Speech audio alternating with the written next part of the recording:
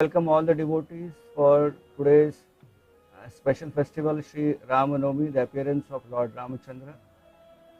We are very fortunate again to have the wonderful association of His Holiness Radhanath Swami Maharaj. Maharaj has kindly agreed to come here and immerse all of us in hearing the wonderful glories, the nectarian katha of Sri Lord Ramachandra Bhagwan.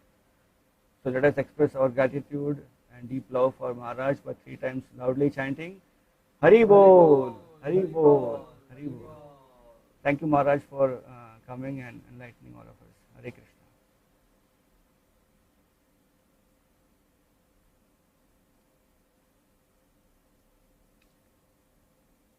Yes, Maharaj, we are able to hear you.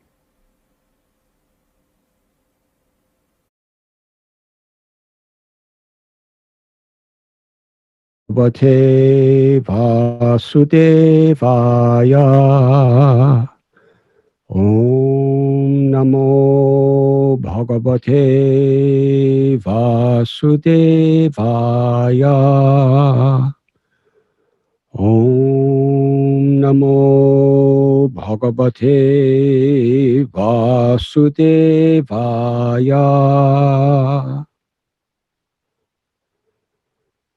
Om Mokyantimidandasya Gyananjana Chalakaya Chakshurun Militam Yena Tasmai Sri Gurave Namaha.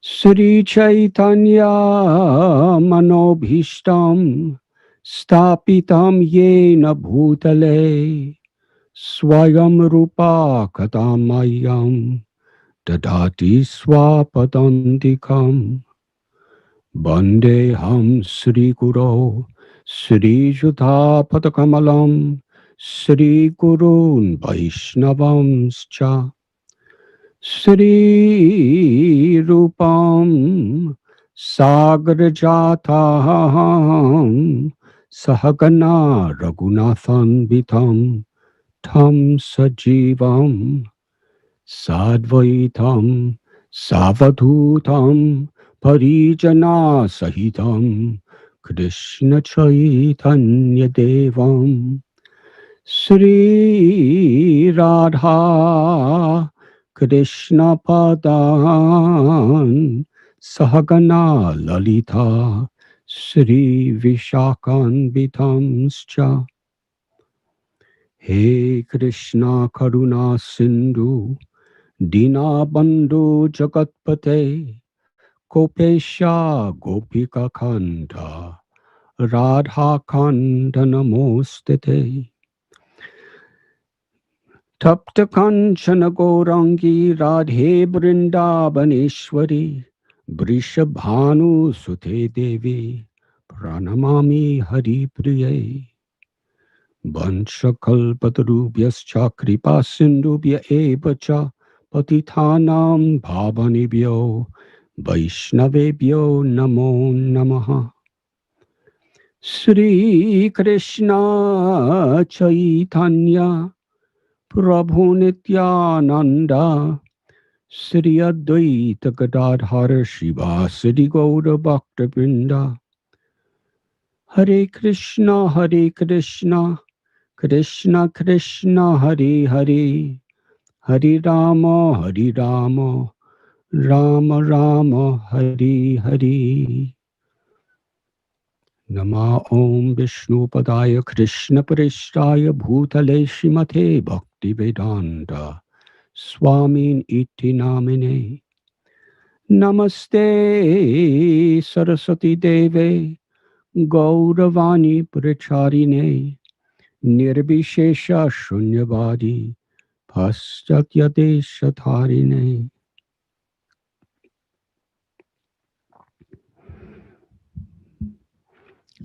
I am truly grateful, honored, and very happy to have this opportunity to be with all of you on this holy day of Ram Navami, the appearance of Lord Sri Ramchandra. Our beloved Guru Maharaj Srila Prabhupada,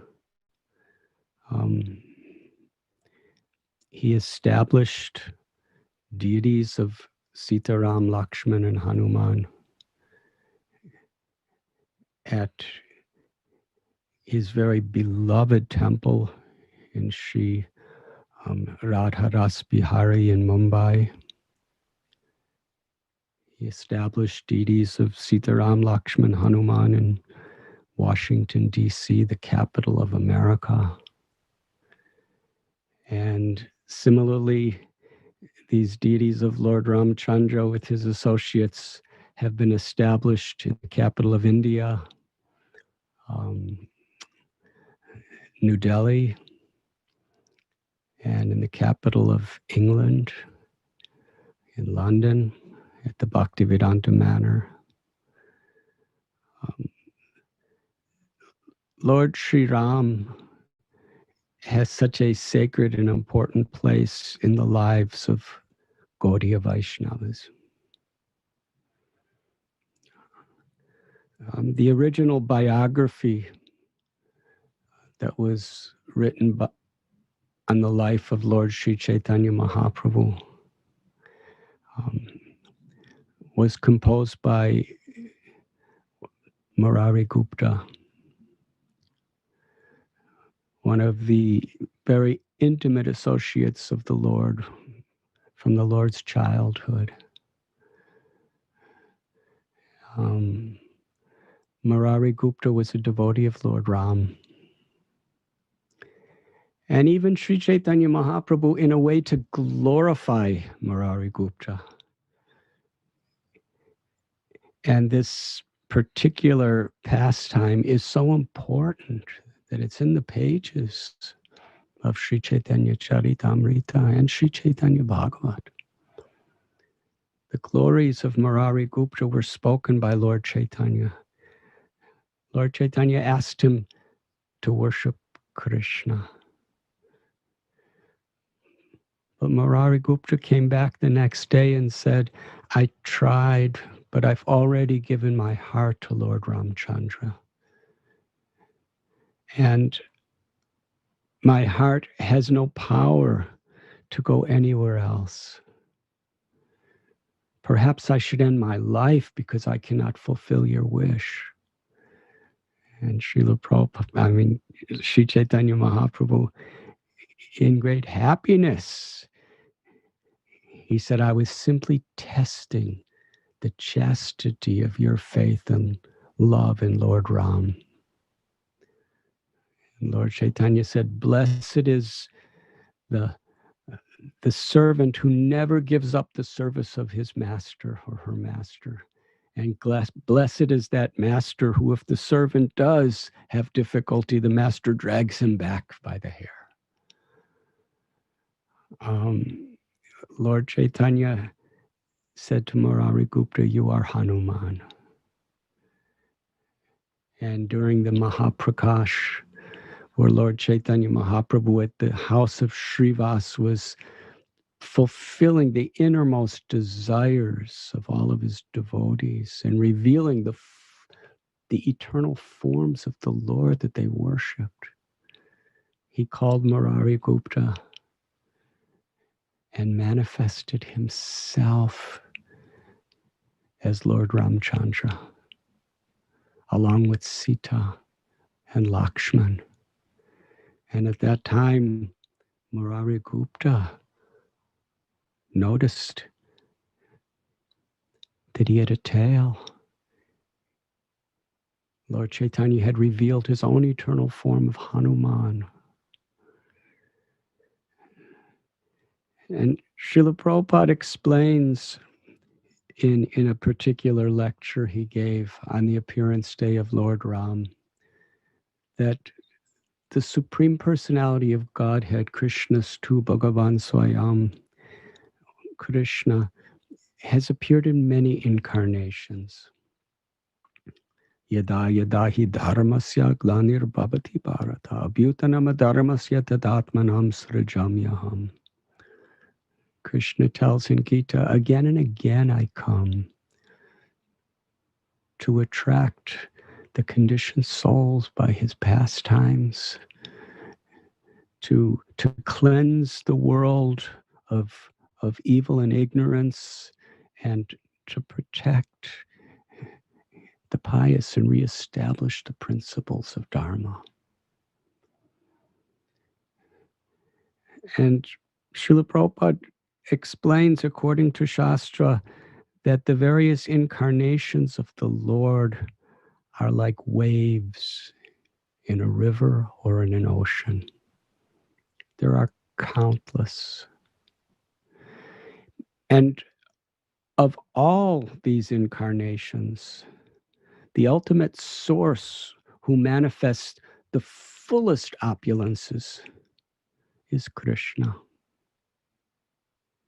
And Srila Prabhupada explained Rama and Krishna are identical. They are the same person. The difference is simply that Krishna reveals his full opulence. And as Ram, he reveals, manifests, and shares partial of those opulences. The most of all other incarnations. And Srila Prabhupada told that some people are inclined, some devotees are inclined toward Krishna. Some devotees like Murari Gupta are naturally inclined to the worship of Lord Sri Ram.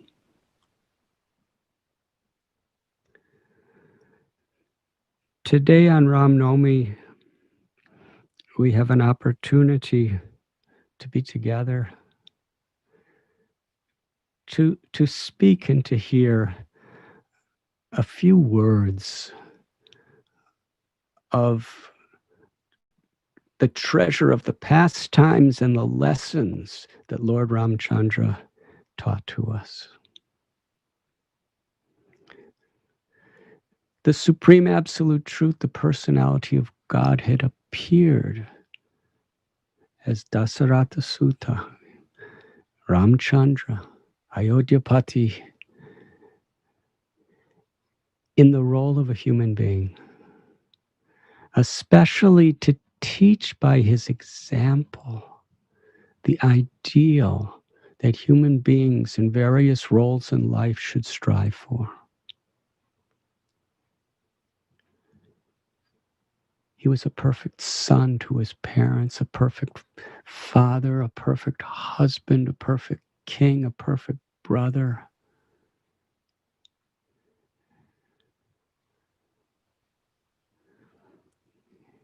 On the banks of the Sarayu River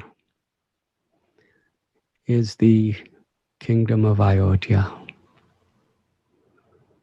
For many generations, the emperors of the Koshal dynasty resided there.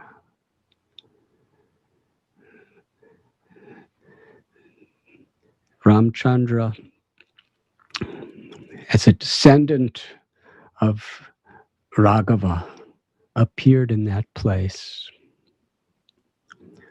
The king, Dasaratha, had three queens, Kaikeyi, Kausalya, and Sumitra.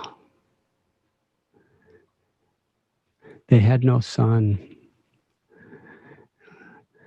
Dasaratha, according to the tradition at the time, felt a great obligation to those who have come before him, that a son was required to carry on the kingdom after him and carry on the principles of Dharma within that kingdom. Dasaratha Maharaj performed a great yajna, or sacrifice. This was at the time of Treta Yuga, where the Yuga Dharma was the performance of these yajnas, or sacrifices, of perfect chanting of mantras, perfect offering of pure articles like ghee and rice and kusha grass. And at the culmination, an incredible effulgent personality came out of the sacred fire during the oblation. And he gave a golden pot filled with nectar to Dasaratha Maharaj. He shared it with Kausalya, Kaikeyi, and Sumitra, his three queens. And all three became pregnant.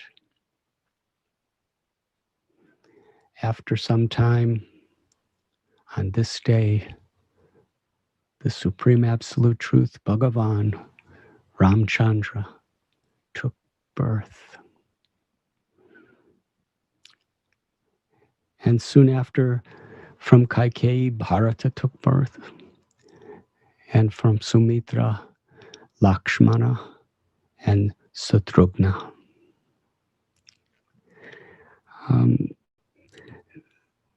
they became the heart and soul of all the citizens of Ayodhya. The four brothers, the love that they had for each other, the exemplary character that they lived by, was all attractive to everyone's hearts. They played together. They learned from their teachers together.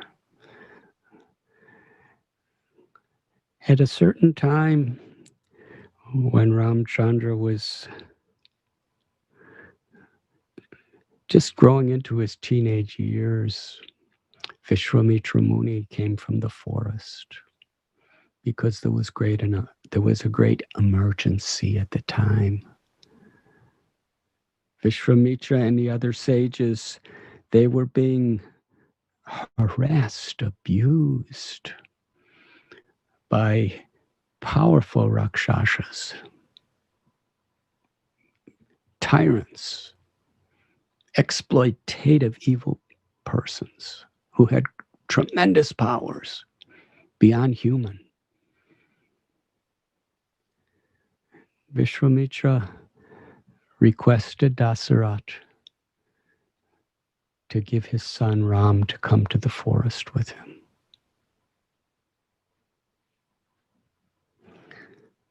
This was worse than death for Dasaratha, because Dasaratha did not see his son as the supreme, all-powerful God. Lord Ram would not allow him to do that because it would interfere with his parental feelings of love. Although he knew it, his heart would not allow him to accept it. He's just a boy. He's hardly come out of school. How will he fight against these demoniac forces in the jungle?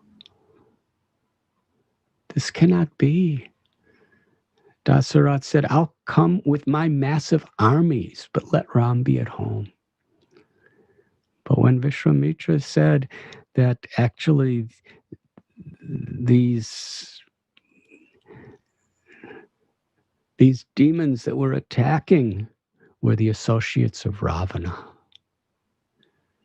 Dasaratha understood that nobody could conquer them. But Vishwamitra promised, I will make sure your son is victorious.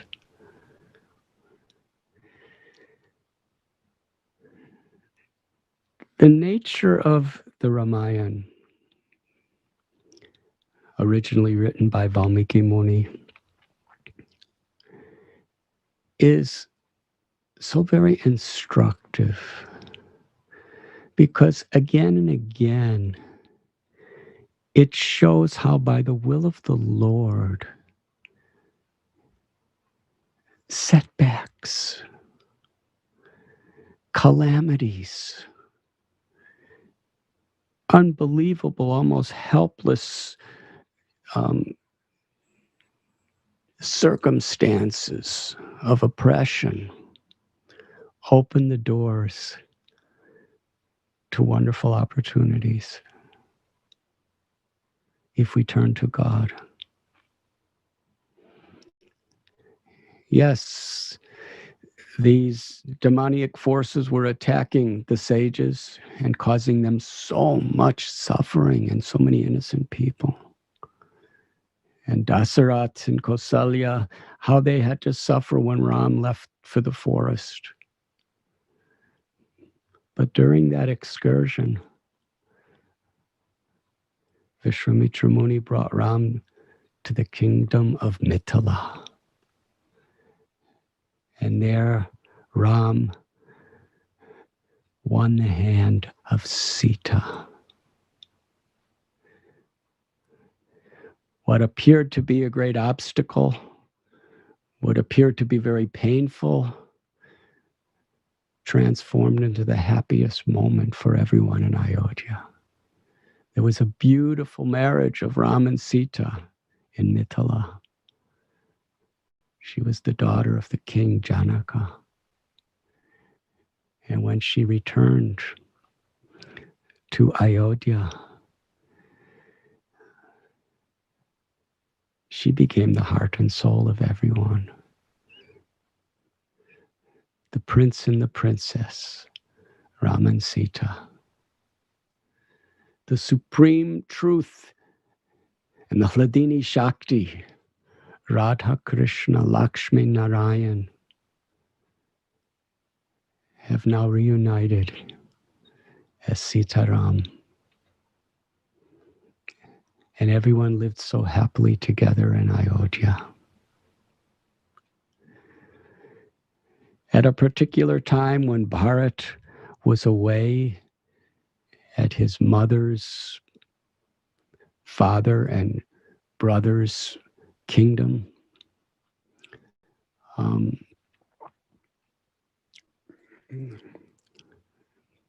it was advised to Dasaratha Maharaj by Vashishta Muni, the guru of the dynasty, that Lord Ram should be coronated as soon as possible as the Prince Regent, or the future king, the crown prince. When the arrangements were made, all of you know the story. Somehow or other, the demigods, they prayed and performed yajnas for the Lord to appear to free the world from the wrath of Ravana. Somehow or other, they influenced the maidservant of Kaikeyi, Manthara, to think in a very distorted and selfish way. She was thinking, if Kaikeyi becomes the queen and Bharat becomes king, what will be my position? Somehow or other, Manthara, who was like Maya herself, influenced the very pious, devoted, loving Queen Kaikeyi to feel suspicion against Ram. In a private place, the night before the coronation of Ram, Kaikeyi was alone with Dasaratha and said, "Do you remember you gave me 2 promises at a time when you were in great need and I served you and saved your life? At that time I said that in the future I will ask for these 2 boons." Dasaratha said, "Yes, of course. Anytime you ask, I will give you." Kaikeyi, that soft-hearted, loving devotee of Ram, who loved Ram just like her own son, somehow or other, by this bad association of Manthara, she turned against Ram. Her heart became hard. She said, "These are the 2 wishes. You give your word, you give your promise?" Dasaratha said, "Yes, of course. Let my son, Bharat, be coronated as the crown prince and be the future king of Ayodhya." And she was fearful that even if Bharat was made the king, Ram may retaliate. So she asked for the second benediction, that Ram be exiled to the forest to live as an ascetic for 14 years.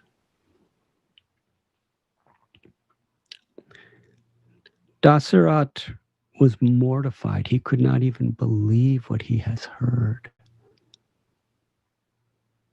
Kaikeyi, you know that Ram loves you equally to his own mother, Kausalya. He's only been kind to you, gracious to you, respectful to you. Ram and Bharat are the best, most intimate brothers and friends. Why do you want to do this?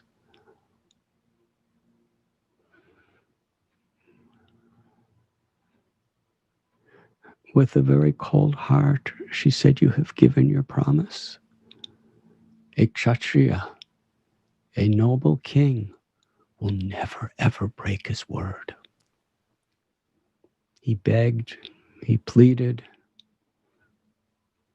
He ultimately fell unconscious. And the next morning, when Ram came for his blessings for the coronation, Dasaratha could not even tell him what happened. It was Kaikeyi who exclaimed to Ram what had happened. At that time, even Dasaratha begged Ram, let my promise be broken, but you stay. Don't go. But Ram loved his father, and he loved the principles of Dharma so deeply that he understood that his father gave his word, and he would not be the cause of his father betraying the truth. To protect the honor of his father and the legacy of that honor, Ramchandra, he said, I will happily go to the forest.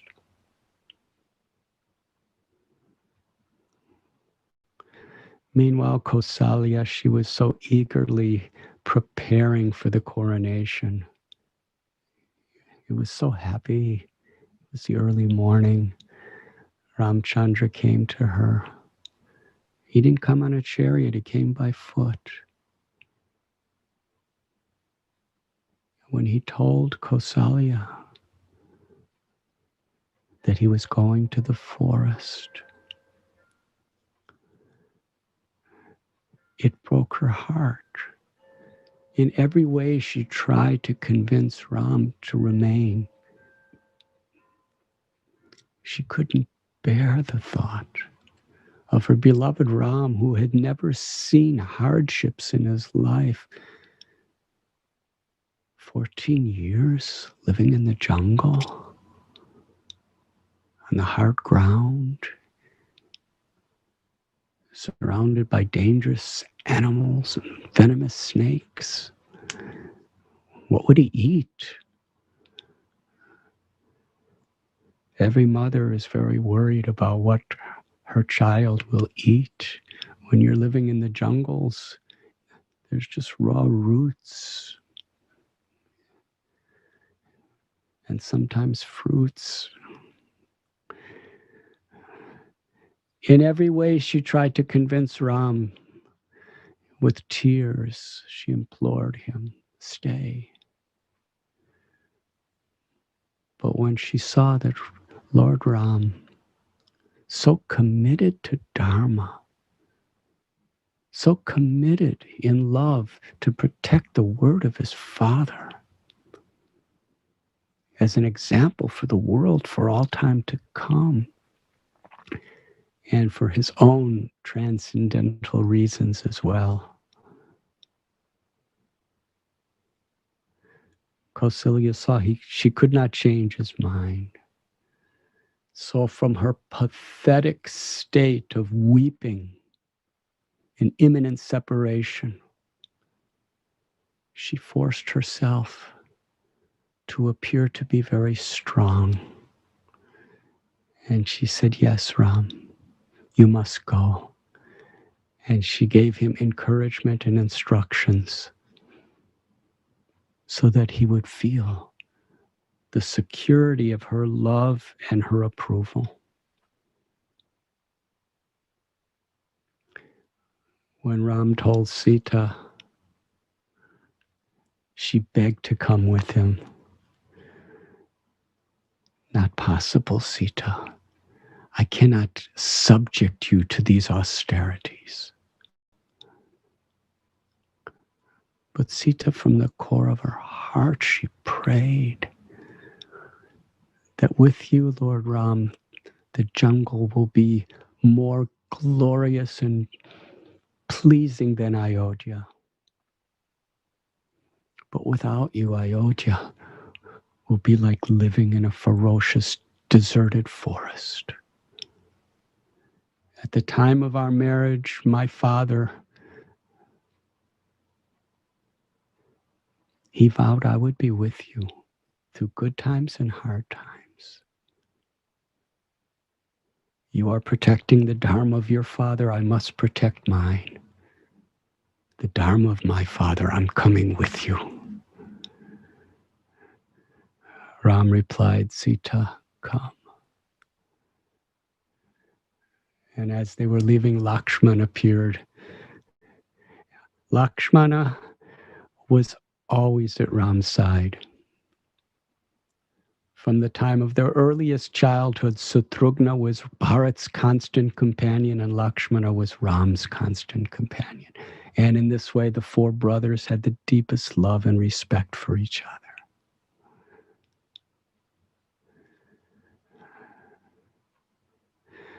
Ram appealed to Lakshmana that in my absence, you are required to take care of our father Dasaratha and my mother.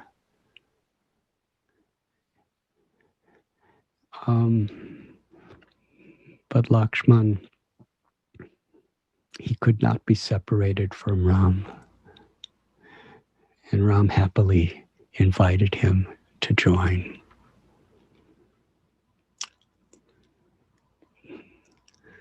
Before leaving, they took off their royal garments, and Lord Ram and Lakshman put on the bark of trees. And one of the most heartbreaking scenes that has ever been witnessed in the history of this world was when Kaikeyi handed to Sita a dress made out of coarse tree bark. Sita had no idea how to put tree bark on as her clothes. Kaikeyi showed her. At that time, Vashishta Muni and all the others were weeping and crying and cursing Kaikeyi. How can you be so cruel to put Sita in tree bark and banish her to the forest? What has she done to you?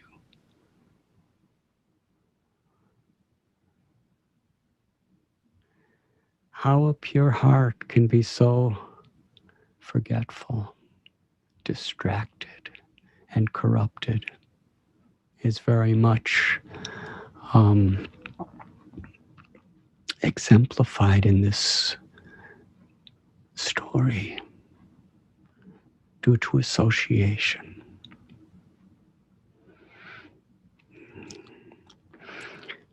Ram, Lakshman, and Sita, as they were walking to the forest, actually, Dasaratha, he couldn't even speak to his children. Lord Ram, Lakshman, and Sita, they boarded the chariot of Sumantra, who was one of the chief ministers of Dasaratha and the most notable charioteer. They boarded that chariot to go to the forest. But as the chariot was moving out of Ayodhya, practically the entire population of Ayodhya followed behind.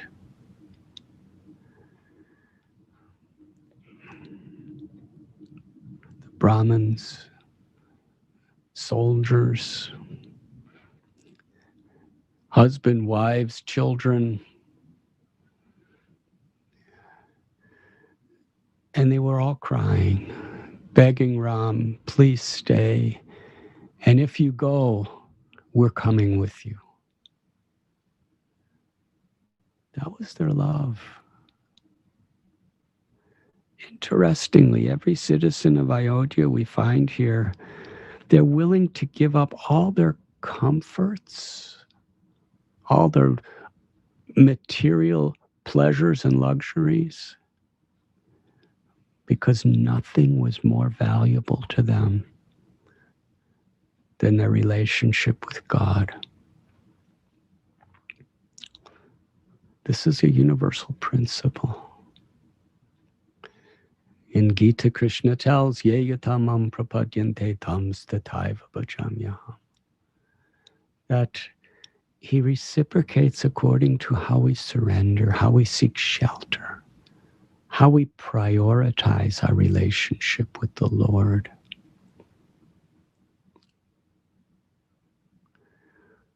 When we consider our relationship with God to be paramount, as the eternal goal of life, param gati,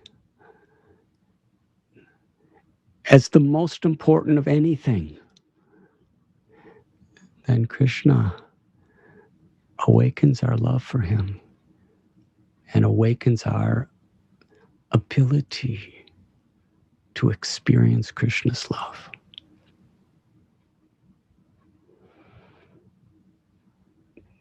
Yes, they were willing to do anything to be with Ram. But Ram's destiny was to be in the forest with Sita and Lakshman. He implored them to return home, but they would not. He told Sumantra, speed up the chariot, for they cannot follow. But when they did, they all started running. And the elderly Brahmins, they were struggling so much trying to run after the chariot. Ram could not be on a higher level than they were. He told Sumantra, stop. And he got off the chariot and walked.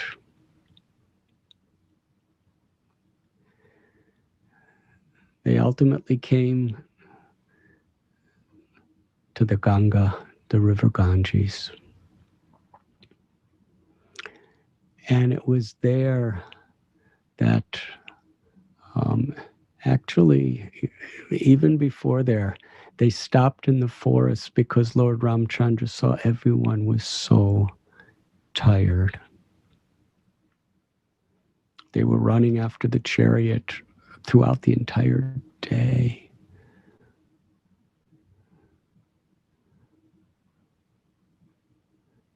So Ram took rest.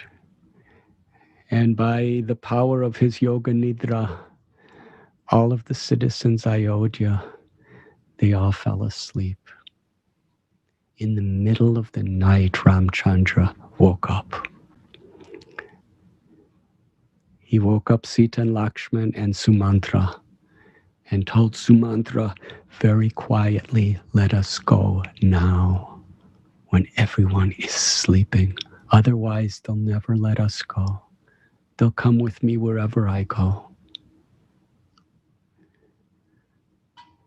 They boarded the chariot, and Sumantra very expertly, he drove the chariot, and he went to streams of water where it was shallow and drove the chariot there, because then there would be no prints from the wheels of the chariot on the ground.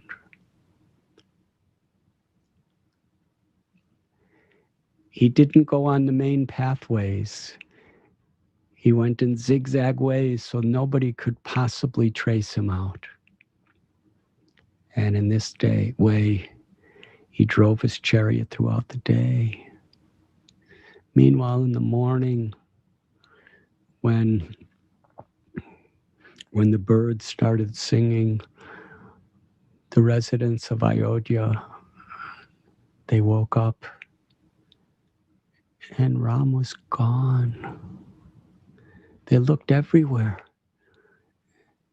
They began following the chariot wheels' imprints in the earth and the crumpled grass that it caused. But at certain points, it ended. There was no trace of what direction they possibly could have gone.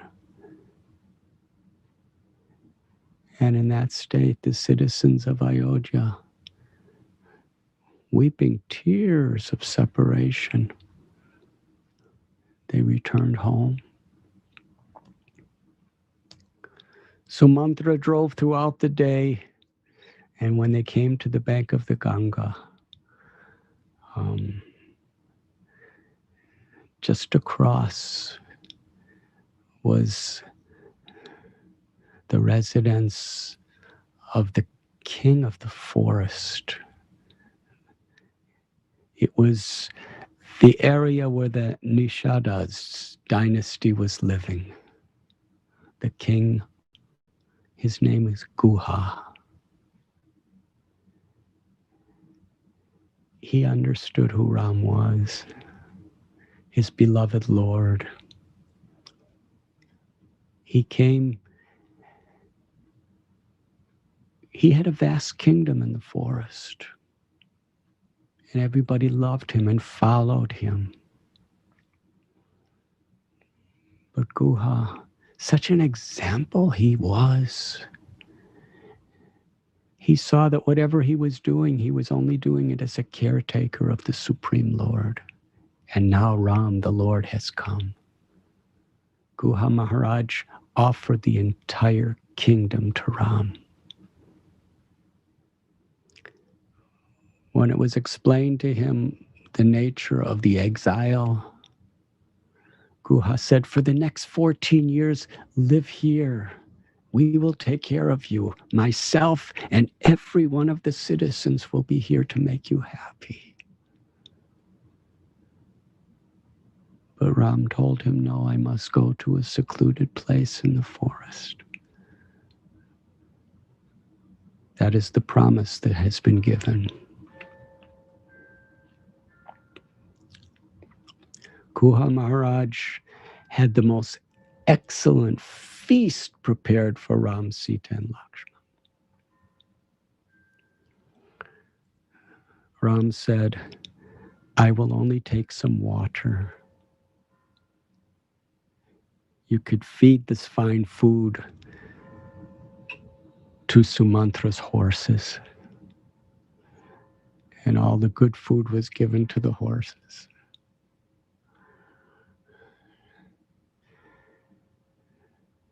They offered Ram to stay in a beautiful palatial place in the forest, but Ram said, no, I will stay under this tree. And Guha and Lakshman arranged a bed made of leaves for Ram and Sita to sleep.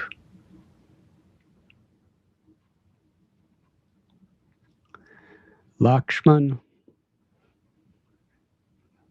close by, he sat with his bow and his arrow to guard Ram and Sita.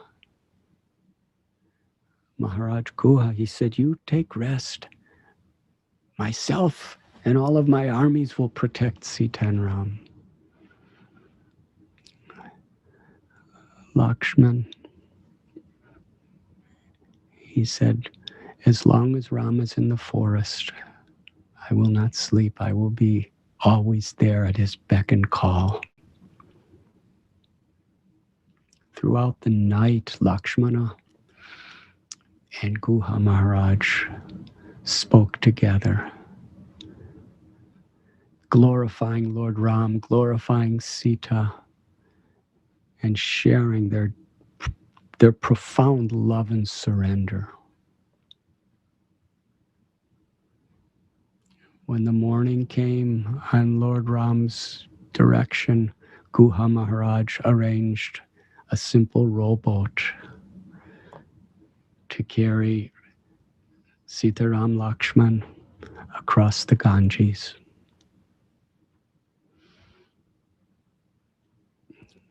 It was at that time Ram told Sumantra, you should return to Ayodhya.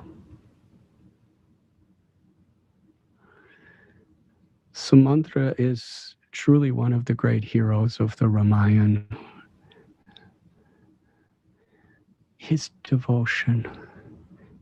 He was weeping, crying, praying to Ram, let me go with you. I cannot return to Ayodhya without you. I've given my heart, I've given you my life. My only joy in life will be to serve you. And what to speak of my own heart? If the chariot that took you out of Ayodhya comes back to Ayodhya without you, seeing that, the citizens will suffer intolerable separation from you. They will be hopeless, helpless. It's better if the chariot never returns. I will be with you, and in 14 years on this chariot with these horses, I will bring you back to Ayodhya.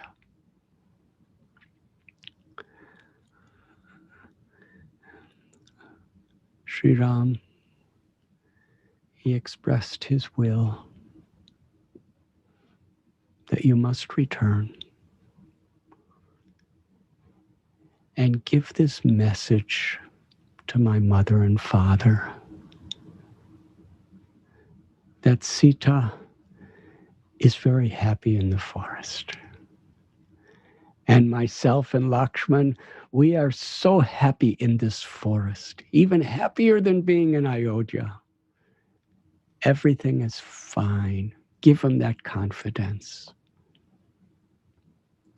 But you must return.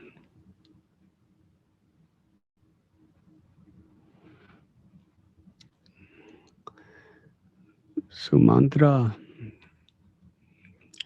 ultimately Sarvadharaman Parityaja Mamekam Sharanam Braja. He surrendered to what pleased the Lord. The ecstasy of the pain of the heart of surrendering to the Lord in separation is an experience that Sri Chaitanya Mahaprabhu and his associates taught us. It's a highest experience of God's love.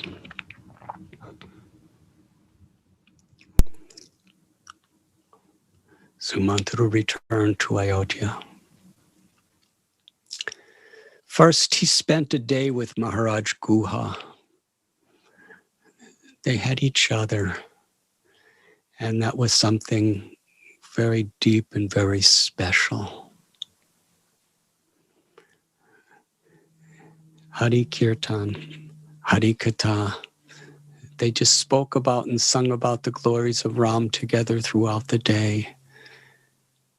And the next day, Sumantra returned. He went to the palace of King Dasaratha. Kausalya was there. Sumitri, the mother of Lakshmana, and they inquired, please tell us everything. Sumantra dutifully repeated the message of Ram, how happy he was at the forest and how everything was so nice. But Dasaratha inquired, please tell me everything you saw. And along with this very positive, beautiful message of Ram, Sumantra was duty bound to be honest with the king. He said when Ramchandra went to Guha's kingdom, it was then that he prepared himself to live as an ascetic and took the sap of a tree and matted his hair. And Lakshman did the same. They're wearing tree bark. They're sleeping outside on the dry leaves of trees. He would not eat food except some water. And when he ordered me to return to Ayodhya, Lord Ram was crying, giving me this message, feeling so much separation and sympathy for you and all of his family and friends. And Sita, when I was about to leave, I looked upon Sita. She was speechless. There were tears flowing from her eyes. She was looking so disoriented.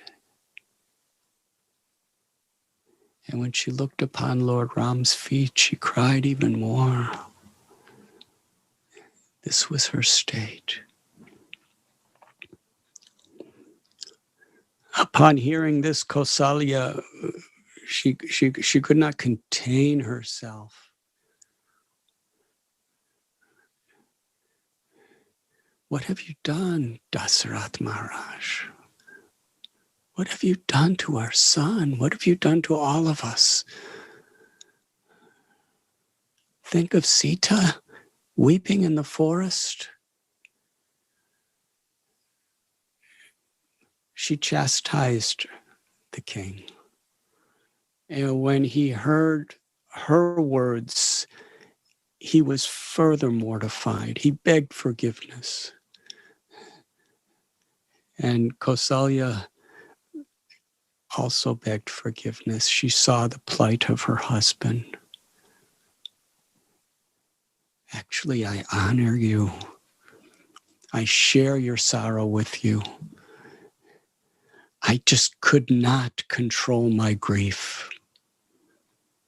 There is no enemy so powerful as excessive grief. It overcame me. Together they cried. Dasaratha explained to his queens about his own past when he was young as a prince. He was in the forest. He was hunting.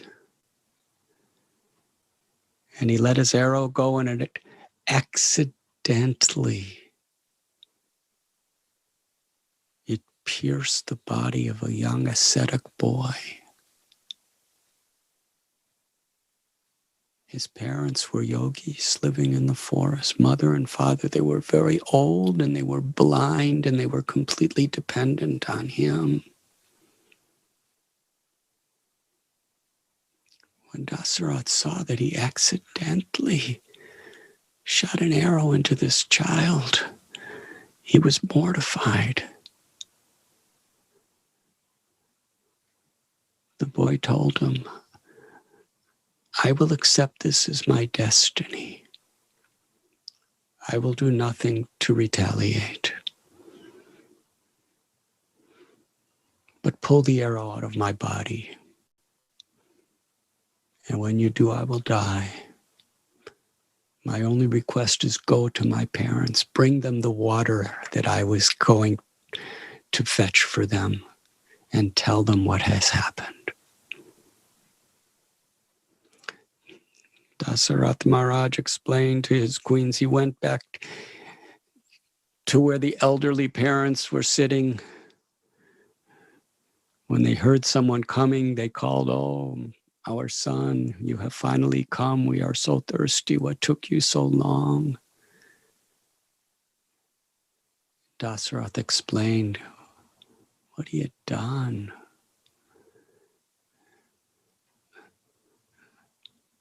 The old blind yogi said to Dasaratha, "Because you came and with a sorrowful heart you have confessed this to us, we will do nothing to harm you.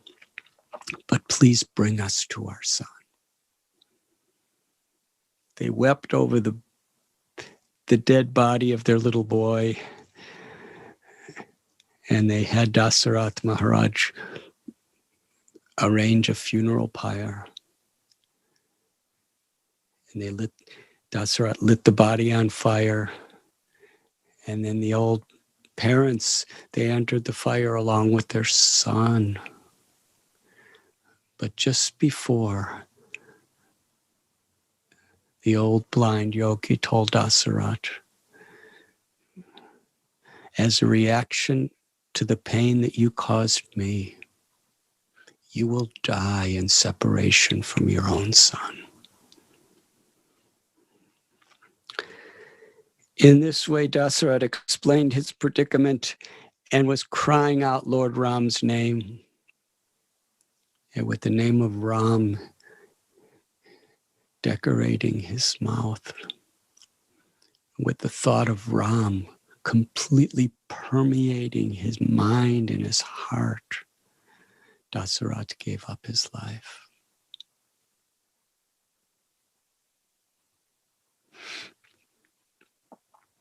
Meanwhile, Ram and Sita and Lakshman were on the boat. And as they were just about to leave Mother Ganga, Sita prayed to Mother Ganga. She surrendered to Mother Ganga. In her prayer,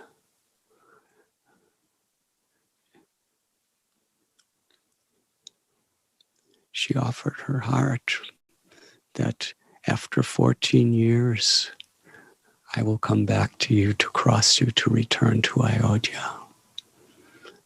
During this time, may my beloved Ram be happy in the forest.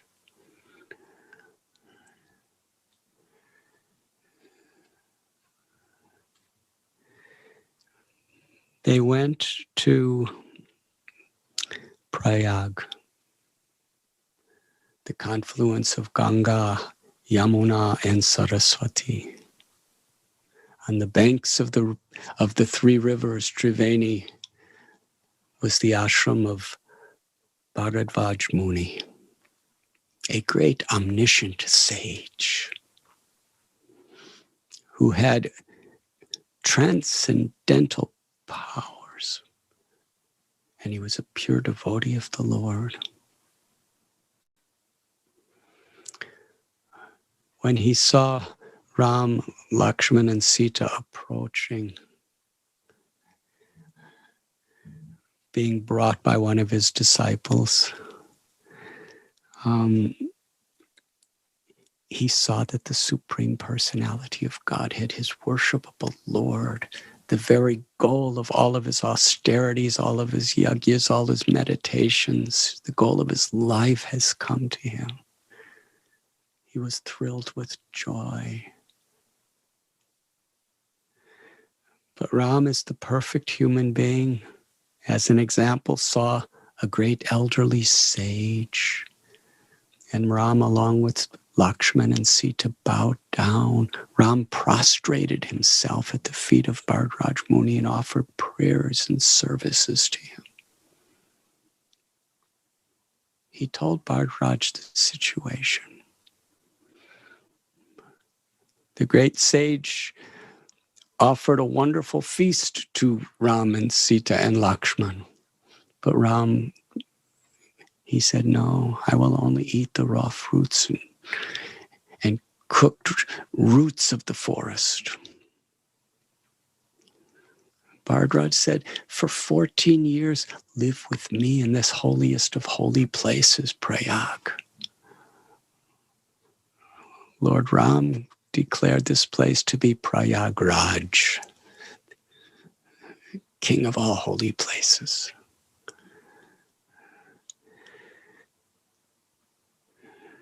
You stay here. Don't you see how beautiful it is? And there's no one here except pure-hearted yogis, rishis, sages, Brahmins. You will be happy. Lord Ram said, if I'm here, the citizens of Ayodhya will easily find me. And this is not the destiny of my father's will. I am meant to live in the forest as an ascetic. Ram requested Bharadwaj, please tell me a suitable place for us to live very quietly, peacefully. Bharadwaj said, I know just the perfect place. It's only about 20 miles from here. He gave the directions. There you will find a mountain called Chitrakuta. The great Rishi explains in Ramayana in detail the beauty of Chitrakuta.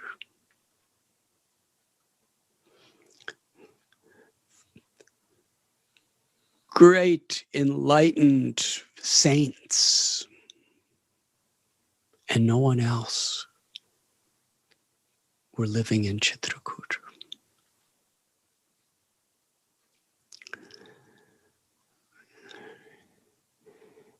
And the beauty of the mountain, the trees and the flowers on the bank of the Mandakini Ganga. Go there, that will be perfect place for you. Ram, Lakshman, and Sita walked the distance and they came to an area where the wild forest opened up into beautiful valleys filled with flowers. The singing of peacocks and parrots and cuckoo birds, the humming of bees. It was a paradise.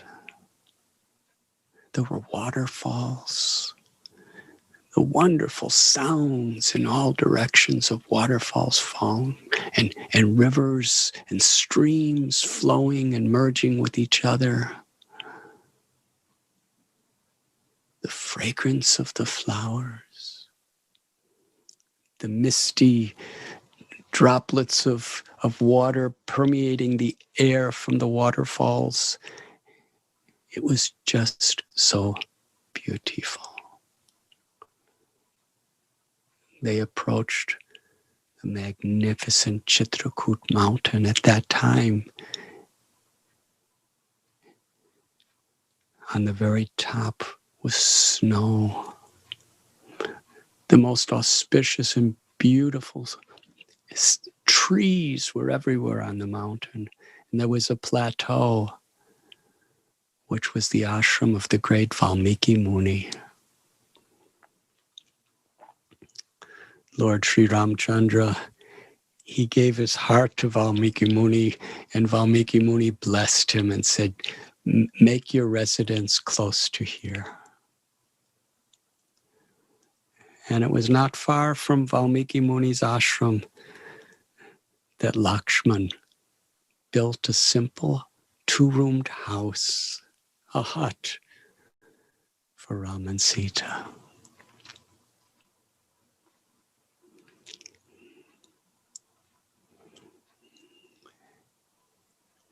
Every day they would go to be with the great saints and sages, assist them in their services,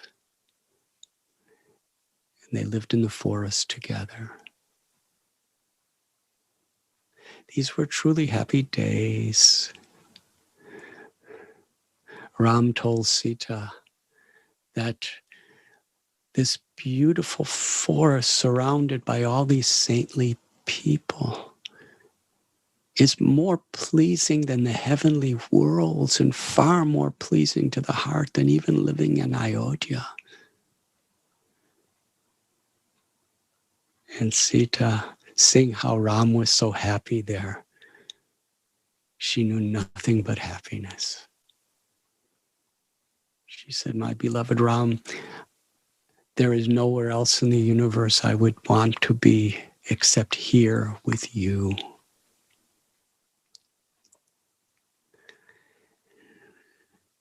In a sense, living in Chitrakuta was like similar to a Vrindavan Leela. Lord Krishna lived in Dwarka and Mathura, but he had the greatest happiness in Vrindavan, living in this simple forest. Lakshman would sit outside of the hut that he constructed for Ram throughout the night, attentively absorbed in thoughts of Sitaram, protecting and eager for any service.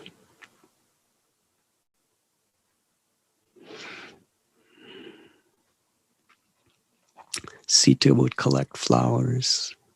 She would collect fruits, offer it to the saints for their puja, for their worship. Such a simple life. Completely absorbed in the blessings of Mother Nature. Meanwhile, Bharat, he started seeing inauspicious things. And he received a message from Vashishta Muni to return to Ayodhya immediately. He was filled with apprehension. When Bharat returned home, he saw the kingdom of Ayodhya was desolate. All the joy that was always there. Ayodhya was a place which was a constant festival. People were laughing and smiling and loving each other and dancing and singing, and everything was auspicious because Dasaratha was such a perfect king, and Ram and Sita were ever present. But now, everything looked unkempt. It was practically deserted. No one was on the streets, and whoever he did see seemed to be crying. And even the animals seemed to be crying. There was hardly a word that anyone was speaking to each other. Things were unkempt. Even the deities in the temple seemed to be crying. How could this be? Bharat Maharaj went to his father's palace. Where's my father? He's always here to greet me when I come from a long excursion. Nobody could say a word to him. Nobody had the heart to even speak to him. Except his mother, Kaikeyi. She was sitting on a golden seat, and she came down and told Bharat that you will be the king. Bharat said, what? How could I be the king? Where is my father? And where is my brother Ram? He is to be the next king. He is the eldest son. He is my Lord.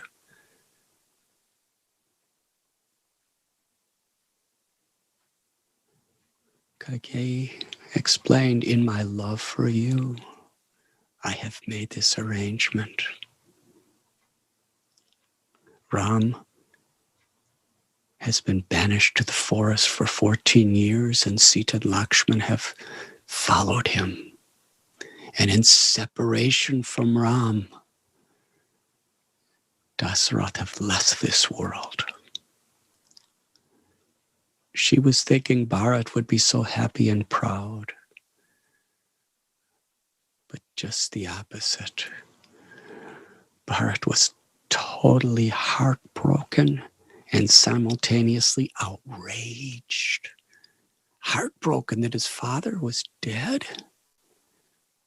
that his beloved friend, brother, and Lord Sri Ram was banished with Sita and Lakshmana. It was unbearable.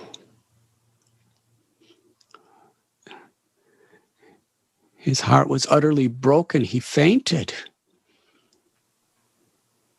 But his mother said, "But now you must take the throne. You must lead the citizens." Bharat was so outraged with what his mother has done. How could you do this? Ram loved you as much as he loved his own mother, and you loved him. How could you have been so corrupted?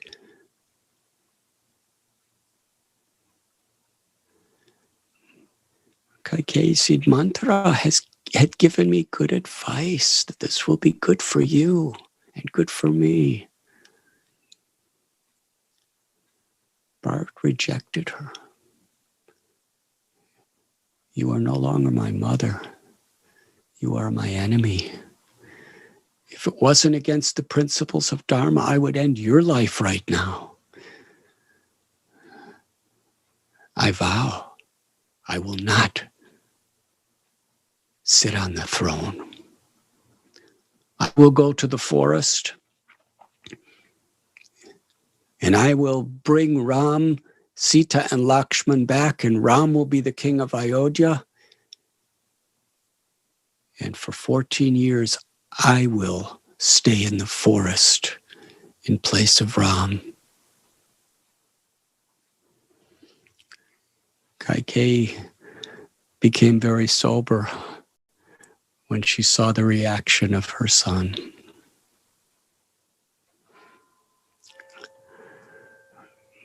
Bharat then went to the room of Kausalya.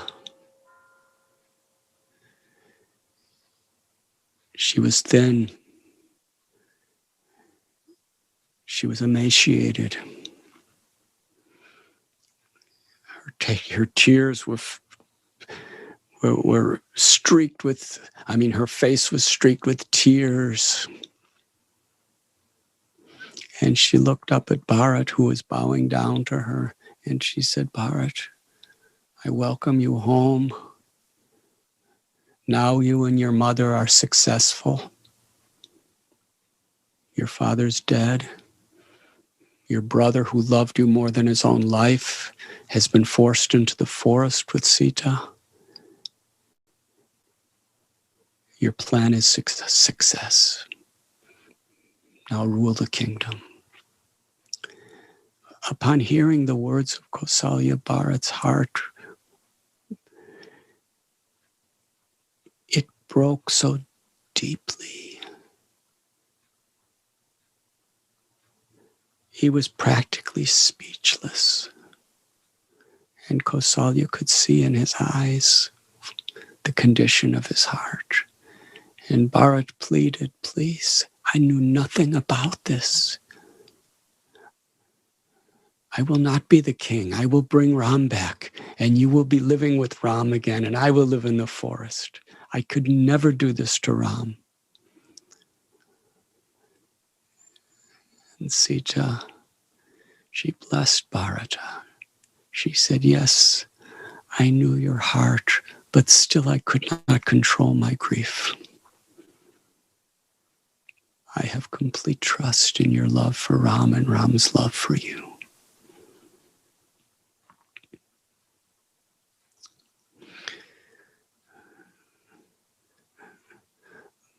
Bharat had to explain that he had nothing to do with this plot, to Vashishta and to all the other relatives.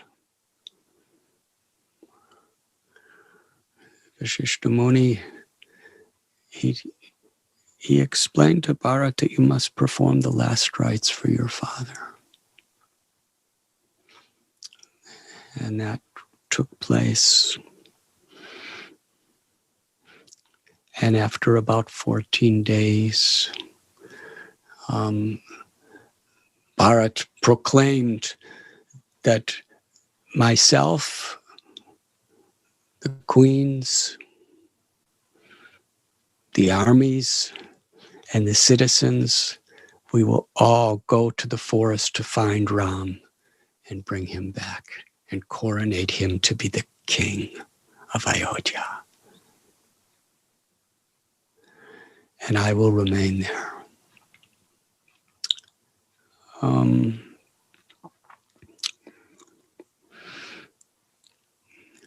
They arranged thousands of people to do the architectural excavations and constructions, and they built beautiful road for miles and miles.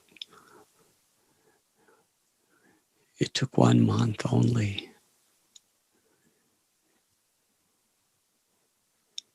By this time, Kaikeyi understood what she had done. Chitrakuta, he was dragging Mantra in the palace, dragging her on the floor, and Mantra was crying out to Kaikeyi, please help me. And Kaikeyi called out to to Bharat, please do something. And Bharat told Chitrakuta, please let her be.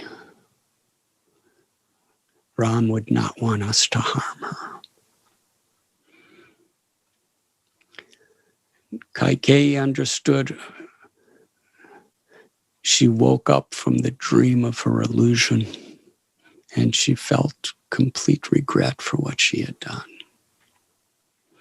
And all together, they went to the forest. When they came to the ashram of Guha, Guha Maharaj, he went to meet Bharat. He said, you are coming with such a massive army? Are you coming to harm Ram? Is it that now you will be king and you want to kill him so that he could never come back after 14 years to claim the kingdom? It was like another arrow from a pure-hearted devotee that went into Bharat's heart. He explained his own motivation, and Guha Maharaj completely melted with respect for Bharat.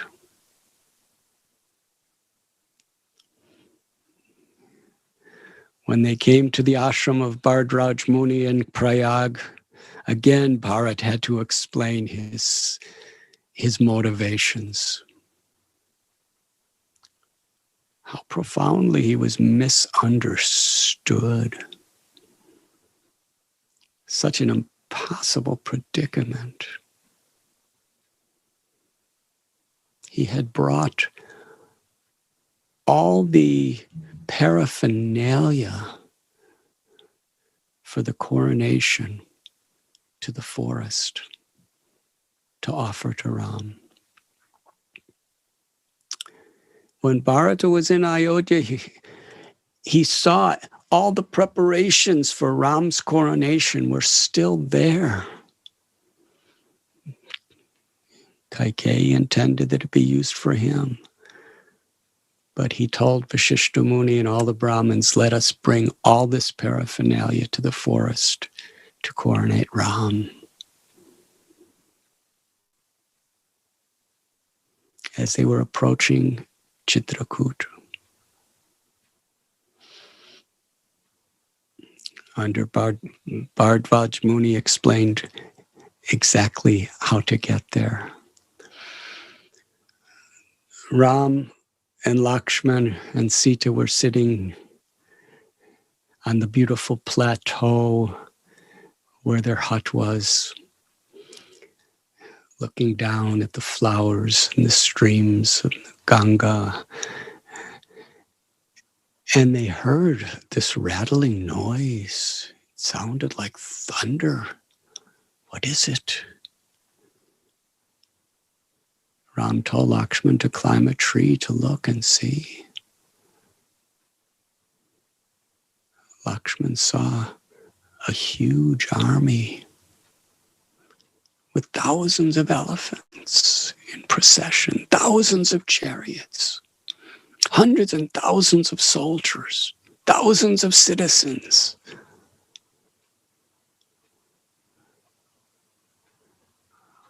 Who is it?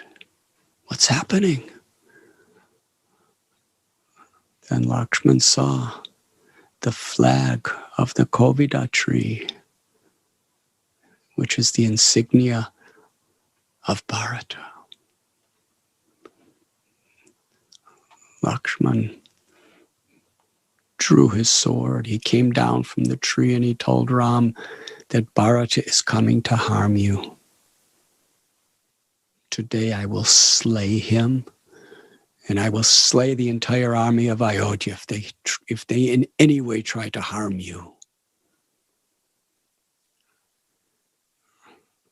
Ram replied, Lakshmana, never speak like that.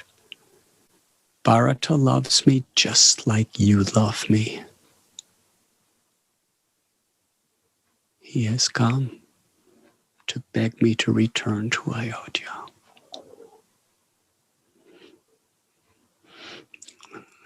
Lakshman became shy and regretful that he could speak about Bharat in that way. Meanwhile, the procession that was coming from Ayodhya, led by Bharat and the great rishis, they saw some smoke going into the sky, and they followed that, and from a distance, they saw Ram and Lakshman and Sita sitting at their little residence. Bharata and Satrugna went ahead while the others waited. When Bharat approached Ram,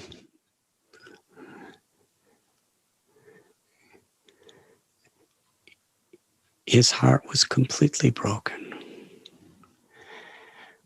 At the same time, when Ram saw Bharat, he was also very disturbed, because when Bharat was at Guha Maharaja's ashram in the bank of the Ganga, when he heard about Ram in tree bark with matted hair, at that moment, when Guha Maharaj explained the situation of Ram, Bharat took off his royal clothes and put on tree bark. He matted his hair, and he said, for the next 14 years, I will only eat the roots and fruits of the forest, and I will only be dressed in this tree bark, and I will not sit on the throne of Ayodhya.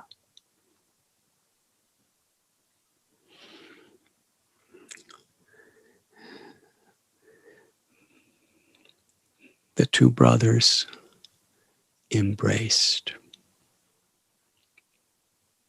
For those of you who have gone to Chitrakuta, there is a place where there are stones with the footprints of Bharat and Ram. That is the place where these two brothers embraced in their transcendental, ecstatic love for each other. As they embraced, there was so much love between them that the stones of the mountain of Chitrakuta melted,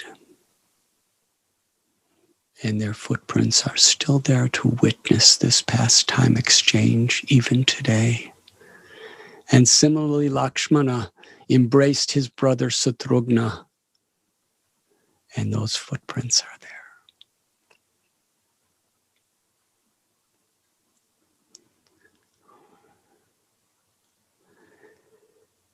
Vashishta Muni then came with the queens,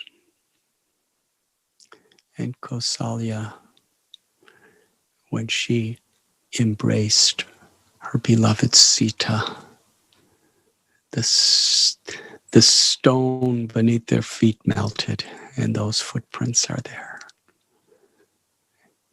as a pilgrimage place for us today.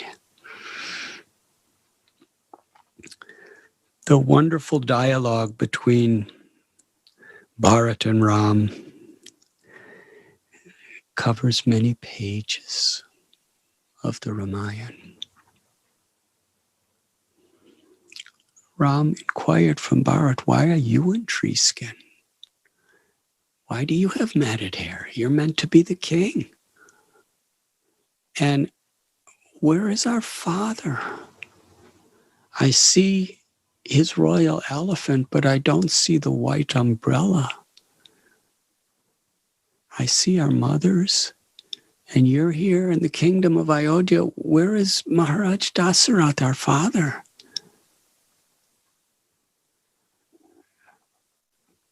Bharat had to explain that Dasaratha, in separation from you, cried out your name and left this world. Upon hearing this, Lord Ram, in grief of separation from his beloved father, fell unconscious.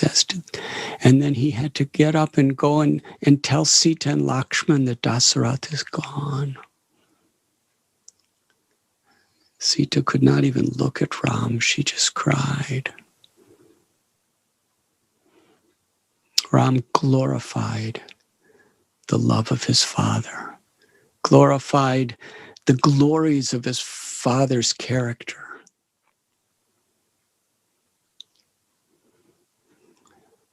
And then he went to the Mandakini Ganga and performed the last rites for his father. After doing so, together, Ram, Lakshman, Bharat, and Shatrugna cried and cried. And hearing that, the citizens in the armies of Ayodhya came to see what is it that's happening? How could we serve our Ram in this condition?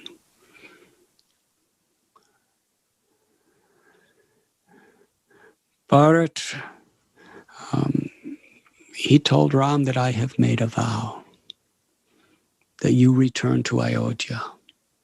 We have brought all the paraphernalia for the coronation today to offer to you. And I will remain here for 14 years so that you don't break the word of our father.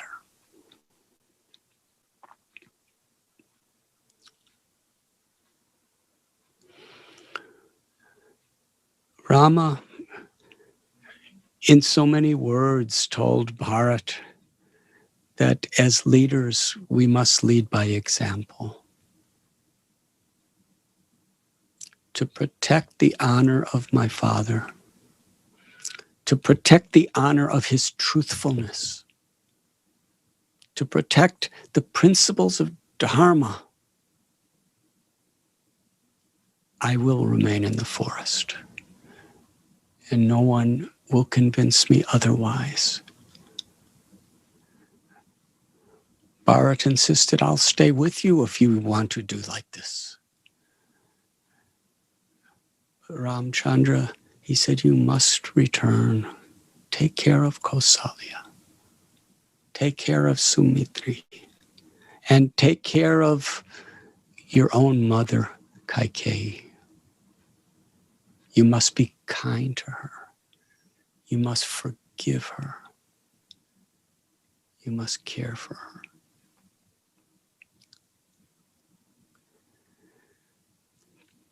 Vashishta Muni, a rishi of the name Jabali, they all tried to convince Ram to return.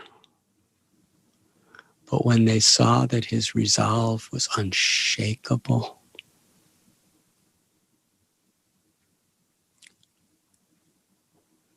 Bharat, with tears of love and total surrender of affection, he said, I will never sit on the throne. You are the king. If it is your desire to remain in the forest, then please place your lotus feet in these wooden shoes. And I will put your wooden sandals on the throne. And I will live in the outskirts of the kingdom of Ayodhya, in the jungle, eating only roots and fruits, wearing only tree bark. And I will rule Ayodhya from there on behalf of your wooden shoes. Lord Ramchandra placed his lotus feet in those shoes, which were ornamented with gold. He stood for some moments and then removed them. Bharat gratefully took those shoes of Ram and placed them on his head.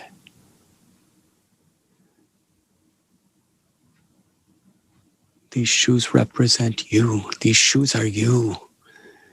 And I will be the obedient servant of these shoes for the next 14 years until you return. And if you don't return in 14 years, I will not live any longer. I will simply be awaiting for you to return to Ayodhya. This was the beautiful love between Bharat and Lord Ramchandra.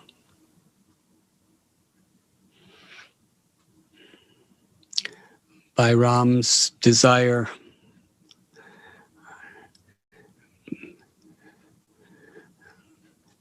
the citizens of Ayodhya had to accept.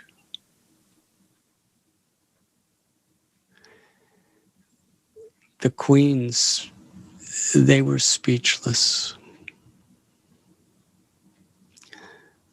Kausalya, she could not even speak to Ram, but Ram, he bid her farewell and offered his obeisances to her feet. He took the dust of her feet on his head. Kaikeyi begged forgiveness from Ram. She was mortified. What have I done? Look at the sorrow that I have caused so many, and look what I've done to you. Ram told Kaikeyi that you should do not suffer. Be happy. You are completely forgiven.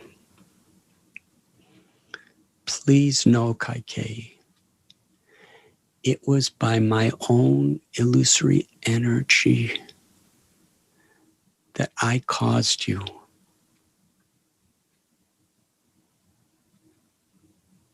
to take this stance of exiling me to the forest.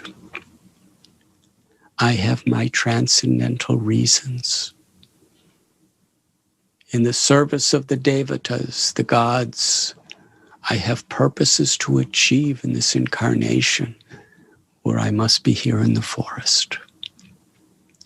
This is all my will.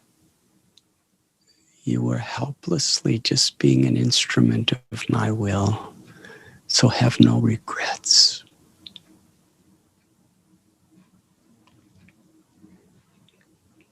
Ram completely soothed the heart of Kaikeyi.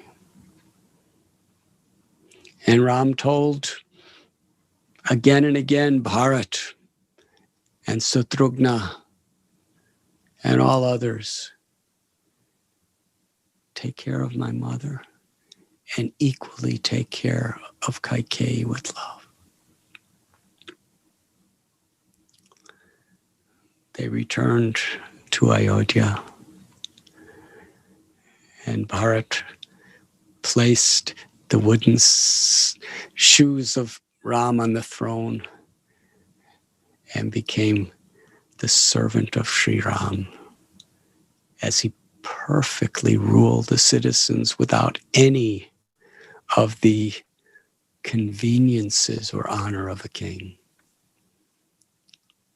He just served as the servant of the servant of the servant.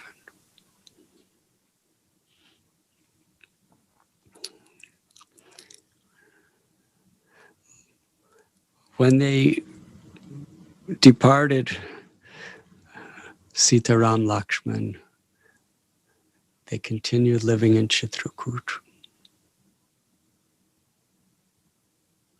Angira Muni and his beloved wife Anasuya lived close by on the banks of the Mandakini Ganga. And there are such beautiful stories of their pastimes there in Chitrakuta. In fact, Ram instructed Sita to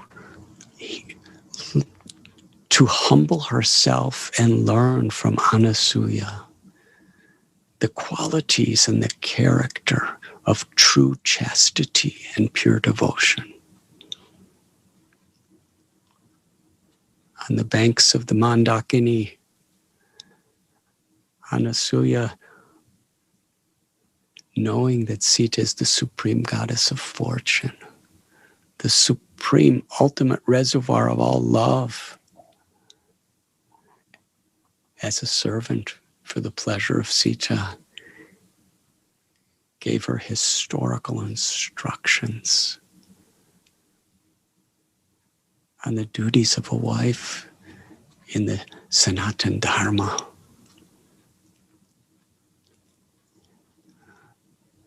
Such an embodiment of pure devotion.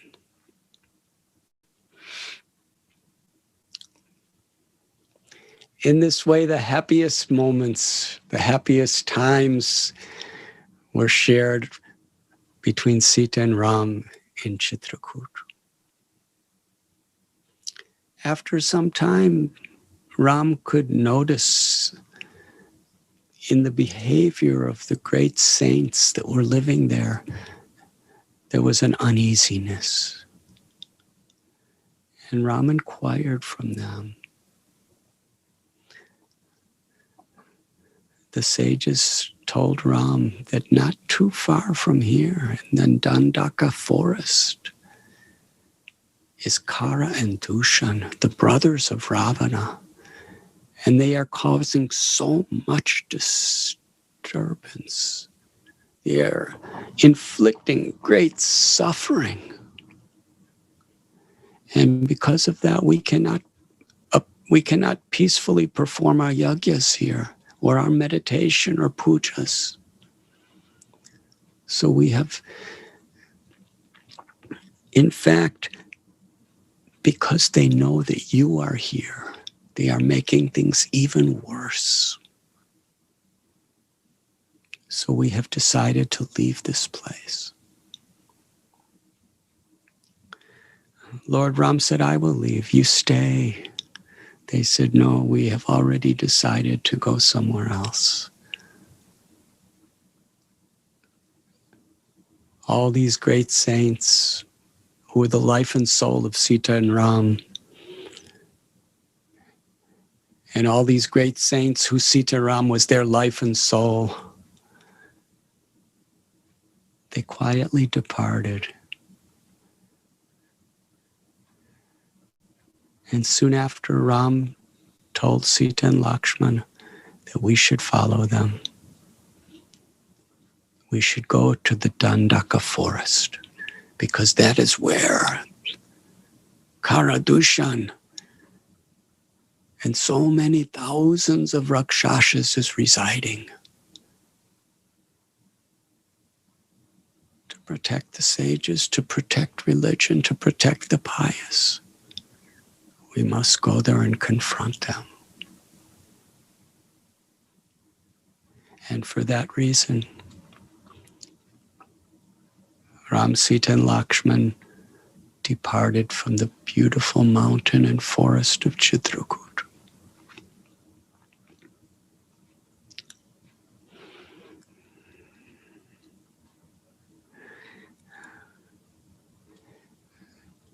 In India, I think it's becoming very late, so I should end.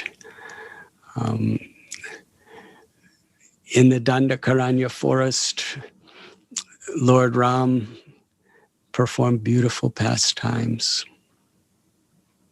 Eventually, they came to Panchavati,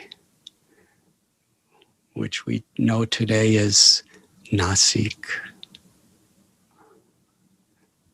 At the Kalaram Mandir, that is the place where Lakshman built another hut for Ram to live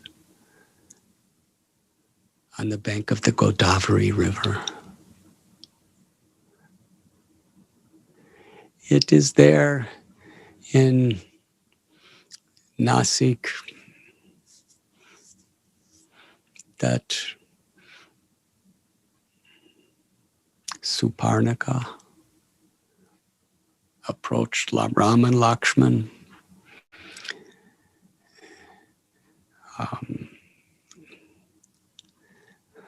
Lakshman severed her nose and ears because she wanted to kill and eat Sita. And it was there in Nasik that Ravana appeared in the guise of a sage and kidnapped Sita.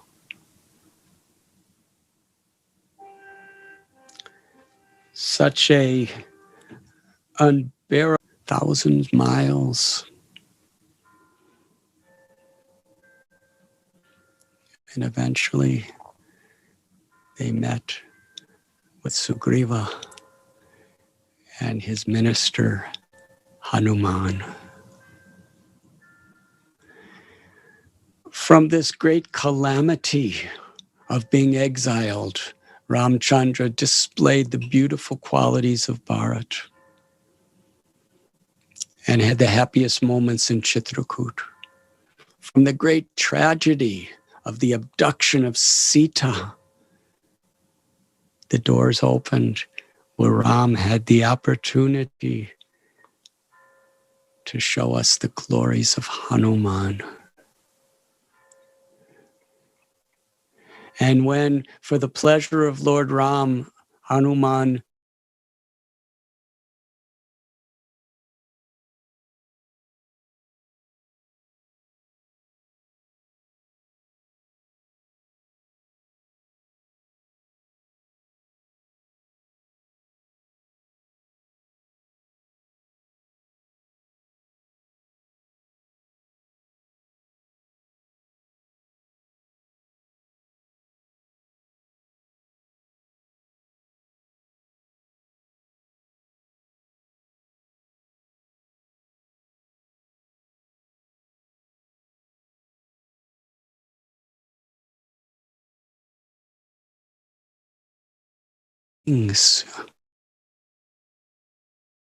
family and devotees, demonstrated by Bharat, Kausalya, demonstrated by Hanuman,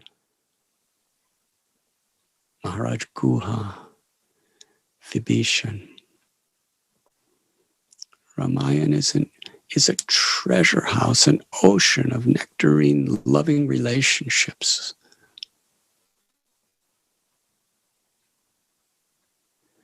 How much risk Hanuman took. How much risk Vibhishan took.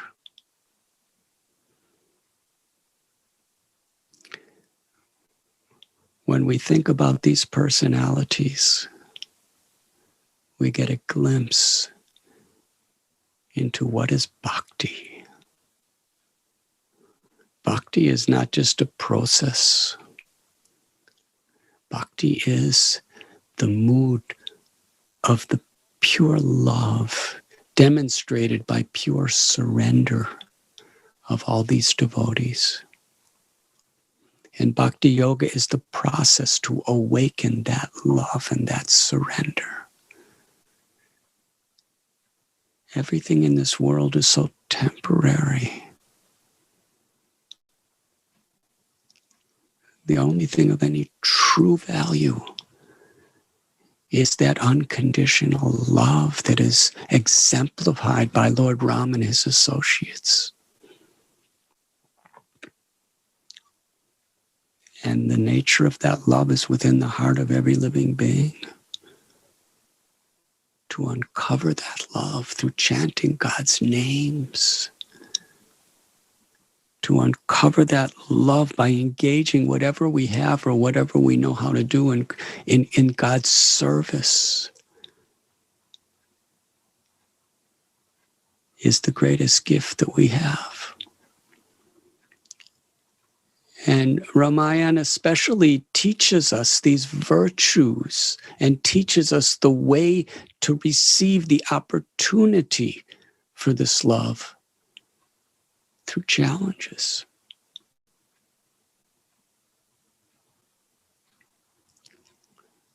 Practically nothing in Ramayana was easy.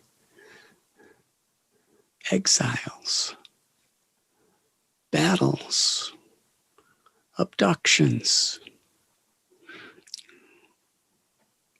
But in every situation, something beautiful always came from it. Why would the Lord stage his pastimes in this way? Dukalayam ashashvatam. Because the world that we live, it is a place where there is inevitable suffering, where challenges will come whoever we are. Even Ram faced challenges with Sita. What were the challenges of Hanuman? What were the challenges of Bharat? But all these great devotees remained faithful in every situation.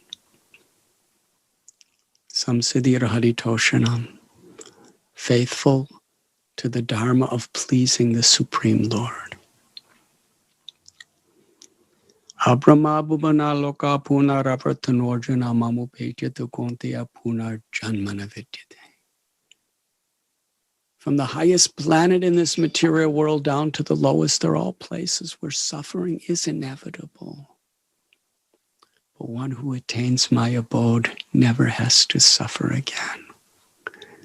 Janma karma chame divyamevam yoviti tattvatat yaktva deham punar janma naiti mamiti sorjana. One who understands the transcendental nature of my appearance and activities never has to suffer in birth and death in this world again, but attains my loving service and my abode.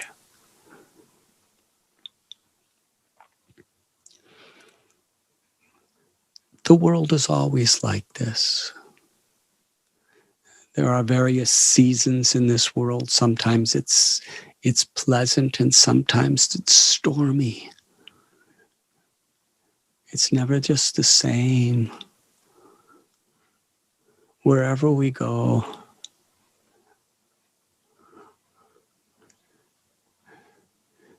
a place like Hawaii, the temperature's so nice. But then every now and then there's volcanoes that devastate everything.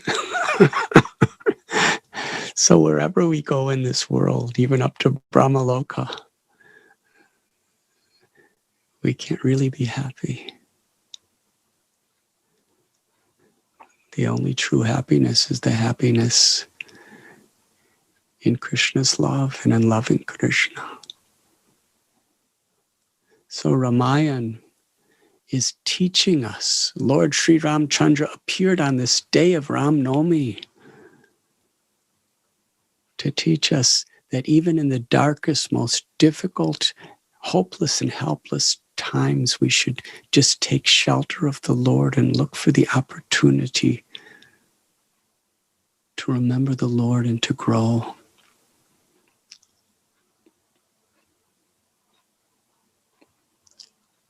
All these great personalities, their greatness is known in the world by how they serve the Lord in the most difficult predicaments.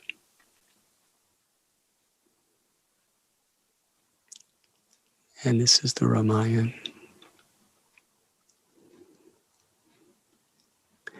Lord Sri Krishna appeared and performed his beautiful pastimes in Vrindavan. And Sita, in her original form of Sri Radha, the very supreme source of all the goddesses of fortune and all love and devotion, performed her leelas with Krishna. Sri Sri Radha Gopinath.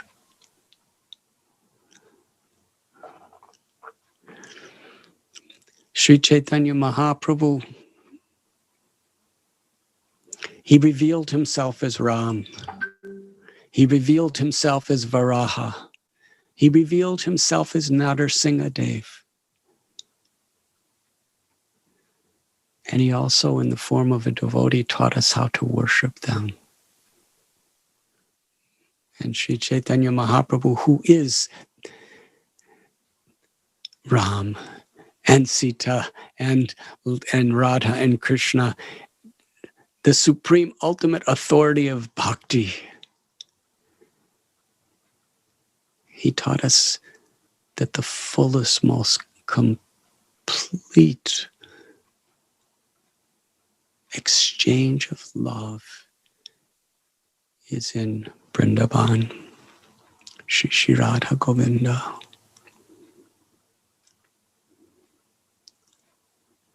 And that by chanting the names of God, we can awaken that love.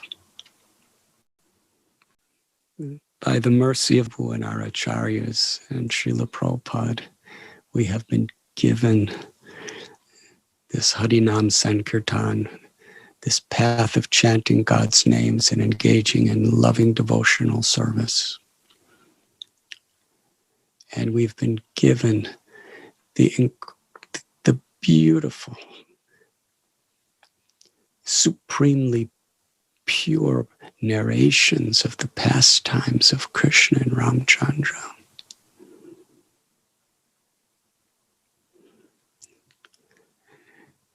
On this day, Ram Navami,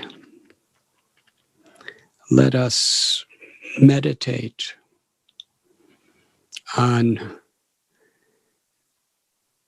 the opportunities that we've been given.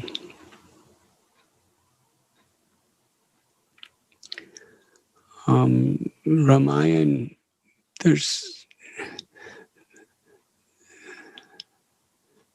we read about Ramchandra and Sita's, how they cried at the loss of Dasaratha's life. So many pains are there. They came to this world to live through the same pains that we are.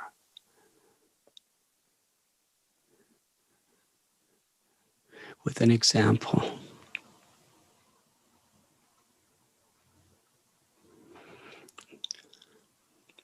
The soul is eternal. And the soul is an eternal loving servant of Krishna.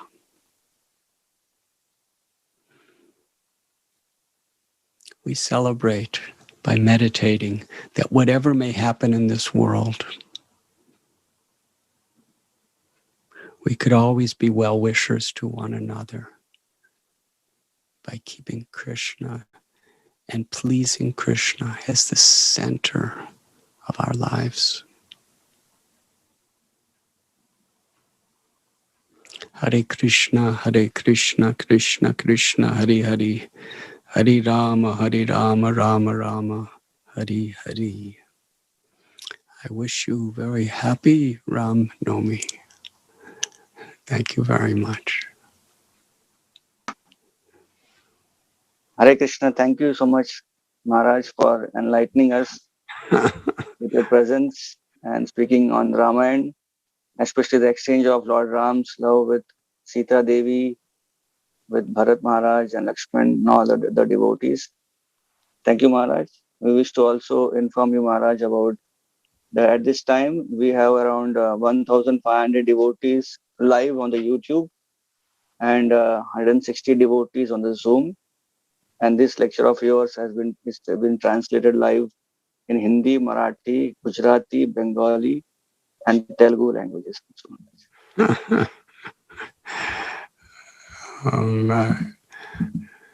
Forgive me for whatever shortcomings I have, which are so many. I'm just sitting here in front of a camera talking about Rama. I don't know exactly what's happening, but I'm trying my best to serve you in this setting. It is very challenging, especially in India. You know, I'm getting so many reports about how devastating the pandemic is in so many people's lives, and I'm praying for each and every one of you, and it's kind of very, very much we can take shelter of the story of Ramayana at these times of difficulty. Sharanagati, ultimately taking shelter of the Lord, is our only true hope and our only true happiness.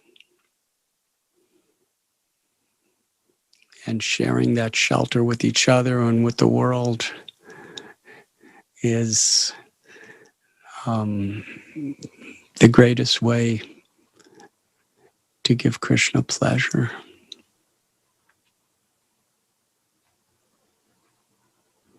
So please, your body belongs to Krishna, and you must be very careful, please, to protect your body from any unnecessary impediments in your devotional service.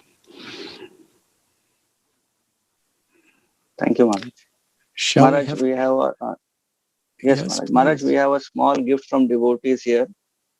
This is Maharaj, the Kadamba flowers which just grew 1 week back. The trees have given flowers in the Vrindavan forest area. So the pujaris gave me this garland just few minutes back and told me to garland you from this garlanding you, Maharaj. His Holiness Radhanath Swami Maharaj ki jai.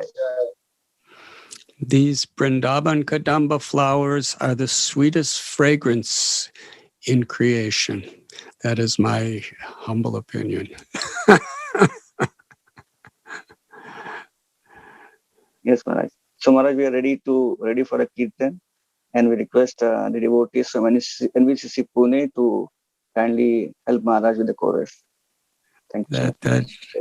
That idea of the Ramayana and the Kadamba flowers are very nicely connected, because this particular season of April, May is the hottest, most unbearable of all seasons in India.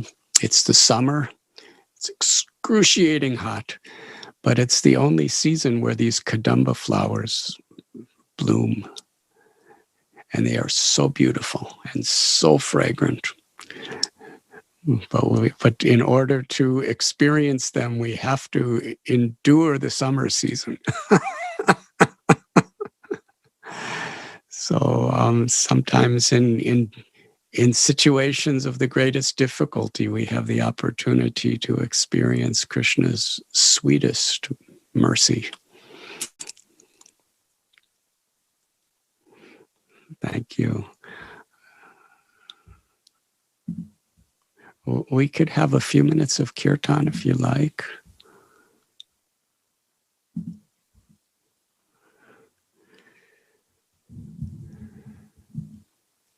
Yes, Nama Maharaj. Om Nama Om Vishnupadaya Krishna Prishtaya Bhutale Shrimati Bhakti Vedanta Swami Niti Namane Namaste Saraswati Devi Gauravani Pracharine Nirvishesha Shunyavadi Pastita Desatarane Sri Krishna Chaitanya Prabhu Nityananda Sri Advaita Gadadhara Shiva Sri Gaura Bhaktavinda.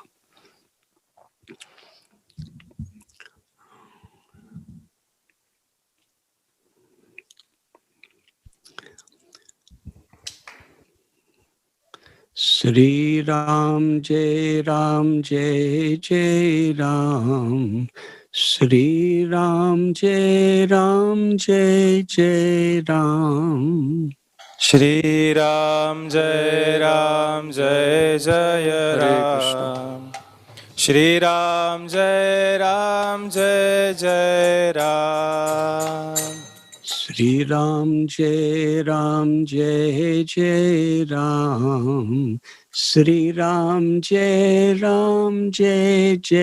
Ram Sri Ram Jai Ram Jai Jai Ram Shri Ram Jai Jai Ram Shri Ram Jai Jai Ram Sri Ram Jai Jai Ram Sri Ram Jai Jai Ram Shri Ram Jai Ram Shri Ram Jai Ram Raghupati Raghava Raja Ram Patita Pavana Sita Ram Raghupati Raghav Raja Ram Patita Pavana Sita Ram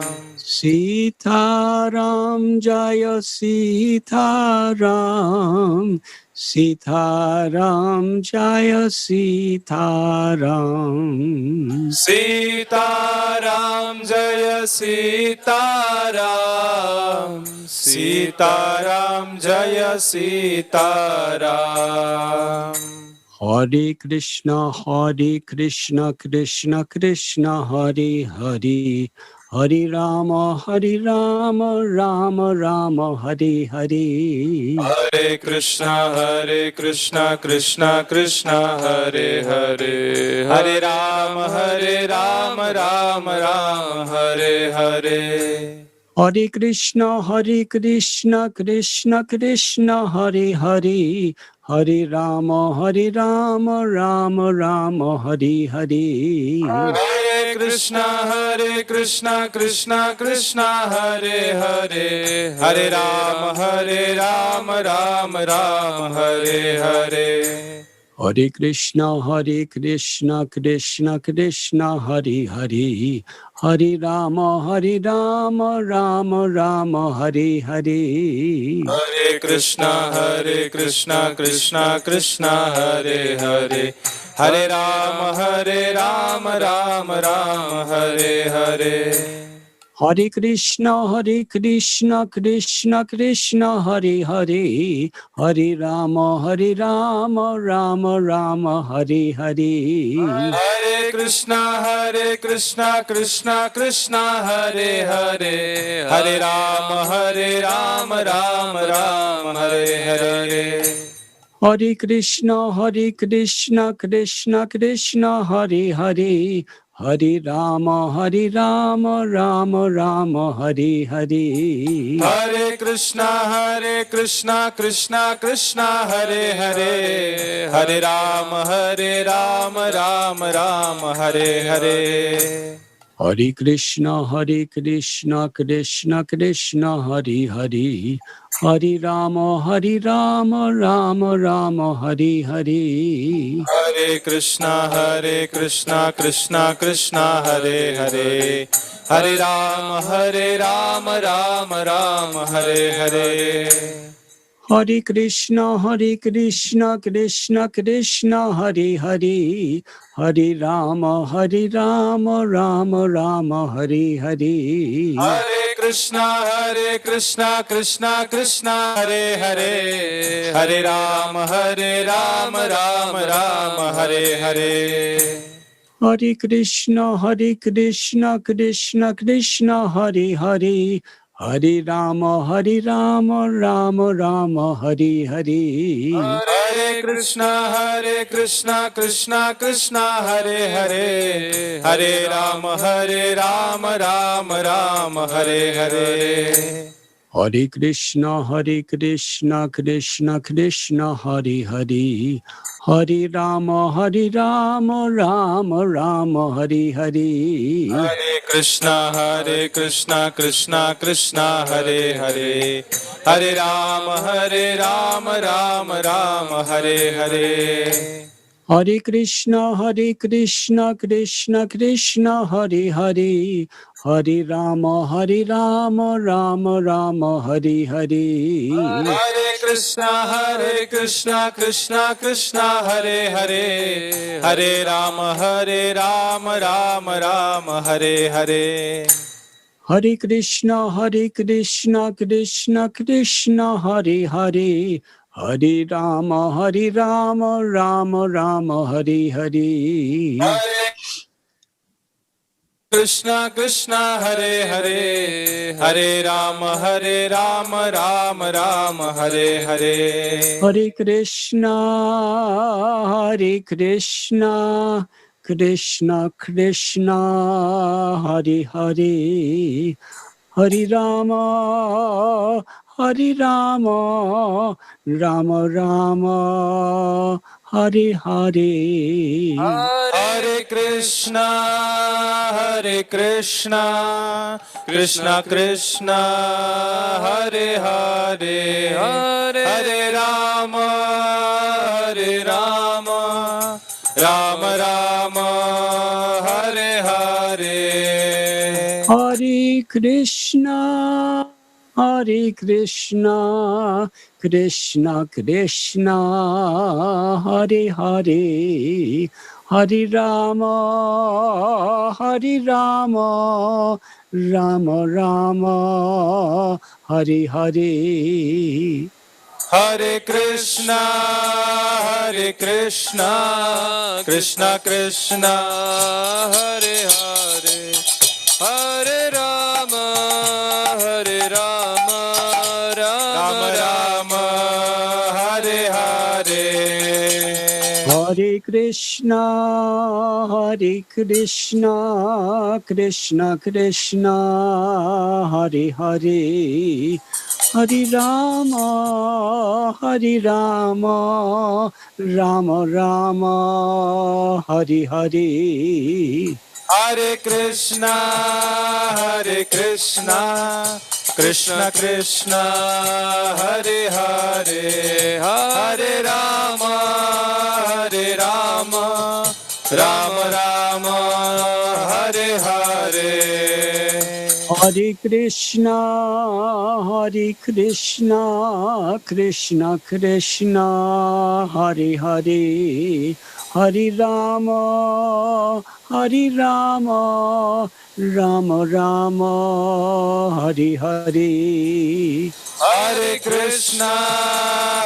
Krishna, Krishna Krishna, Hare Hare, Hare Rama,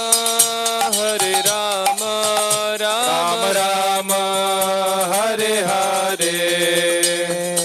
Hare Krishna, Krishna Krishna, Hare Hare, Hare Rama, Rama Rama, Hare Hare. Hare Krishna, Krishna Krishna, Hare Hare, Hare Rama, Rama Rama, Hare Hare. Hare Krishna, Krishna Krishna, Hare Hare, Hare Rama, Rama Rama, Hare Hare. Hare Krishna, Krishna Krishna, Hare Hare, Hare Rama, Rama Rama, Hare Hare. Hare Krishna, Krishna Krishna, Hare Hare, Hare Rama, Rama Rama, Hare Hare. Hare Krishna, Krishna Krishna, Hare Hare, Hare Rama, Rama Rama, Hare Hare. Hare Krishna, Krishna Krishna, Hare Hare, Hare Rama, Rama Rama, Hare Hare. Hare Krishna, Krishna Krishna, Hare Hare, Hare Rama, Rama Rama, Hare Hare. Hare Krishna, Krishna Krishna, Hare Hare, Hare Rama, Rama Rama, Hare Hare. Hare Krishna, Krishna Krishna, Hare Hare, Hare Rama, Rama Rama, Hare Hare. Hare Krishna, Krishna Krishna, Hare Hare, Hare Rama, Rama Rama, Hare Hare. Hare Krishna, Krishna Krishna, Hare Hare, Hare Rama, Rama Rama, Hare Hare. Hare Krishna, Krishna Krishna, Hare Hare, Hare Rama, Rama Rama, Hare Hare. Hare Krishna, Krishna Krishna, Hare Hare, Hare Rama, Rama Rama, Hare Hare. Hare Krishna, Krishna Krishna, Hare Hare, Hare Rama, Rama Rama, Hare Hare. Hare Krishna, Krishna Hare Hare, Hare Rama, Rama Rama, Hare Hare. Hare Krishna, Krishna, Hare Hare, Hare Rama, Rama Rama, Hare Hare. Hare Krishna, Krishna Hare Hare, Hare Rama, Rama Hare Hare. Hare Krishna, Krishna Krishna, Hare Hare, Hare Rama, Rama Rama, Hare Hare. Hare Krishna, Krishna Krishna, Hare Hare, Hare Rama, Rama, Hare Hare. Hare Krishna, Krishna Krishna, Hare Hare, Hare Rama, Rama Rama, Hare Hare. Hare Krishna, Krishna Krishna, Hare Hare, Hare Rama, Rama Rama, Hare Hare. Hare Krishna, Krishna Krishna, Hare Hare, Hare Rama, Rama Rama, Hare Hare. Hare Krishna, Krishna Krishna, Hare Hare, Hare Ram, Ram Ram, Hare Hare. Hare Krishna, Krishna Krishna, Hare Hare, Hare Rama, Rama Rama, Hare Hare. Hare Krishna, Krishna Krishna, Hare Hare. Hare Ram, Ram Ram, Hare Hare. Hare Krishna, Krishna Krishna, Hare Hare, Hare Rama, Rama Rama, Hare Hare. Hare Krishna, Krishna Krishna, Hare Hare. Hare Rama, Rama Rama, Hare Hare. Hare Krishna, Krishna Krishna, Hare Hare, Hare Rama, Rama Rama, Hare Hare. Hare Krishna, Krishna Krishna, Hare Hare. Hare Rama, Rama Rama, Hare Hare. Hare Krishna, Krishna Krishna, Hare Hare, Hare Rama, Rama Rama, Hare Hare.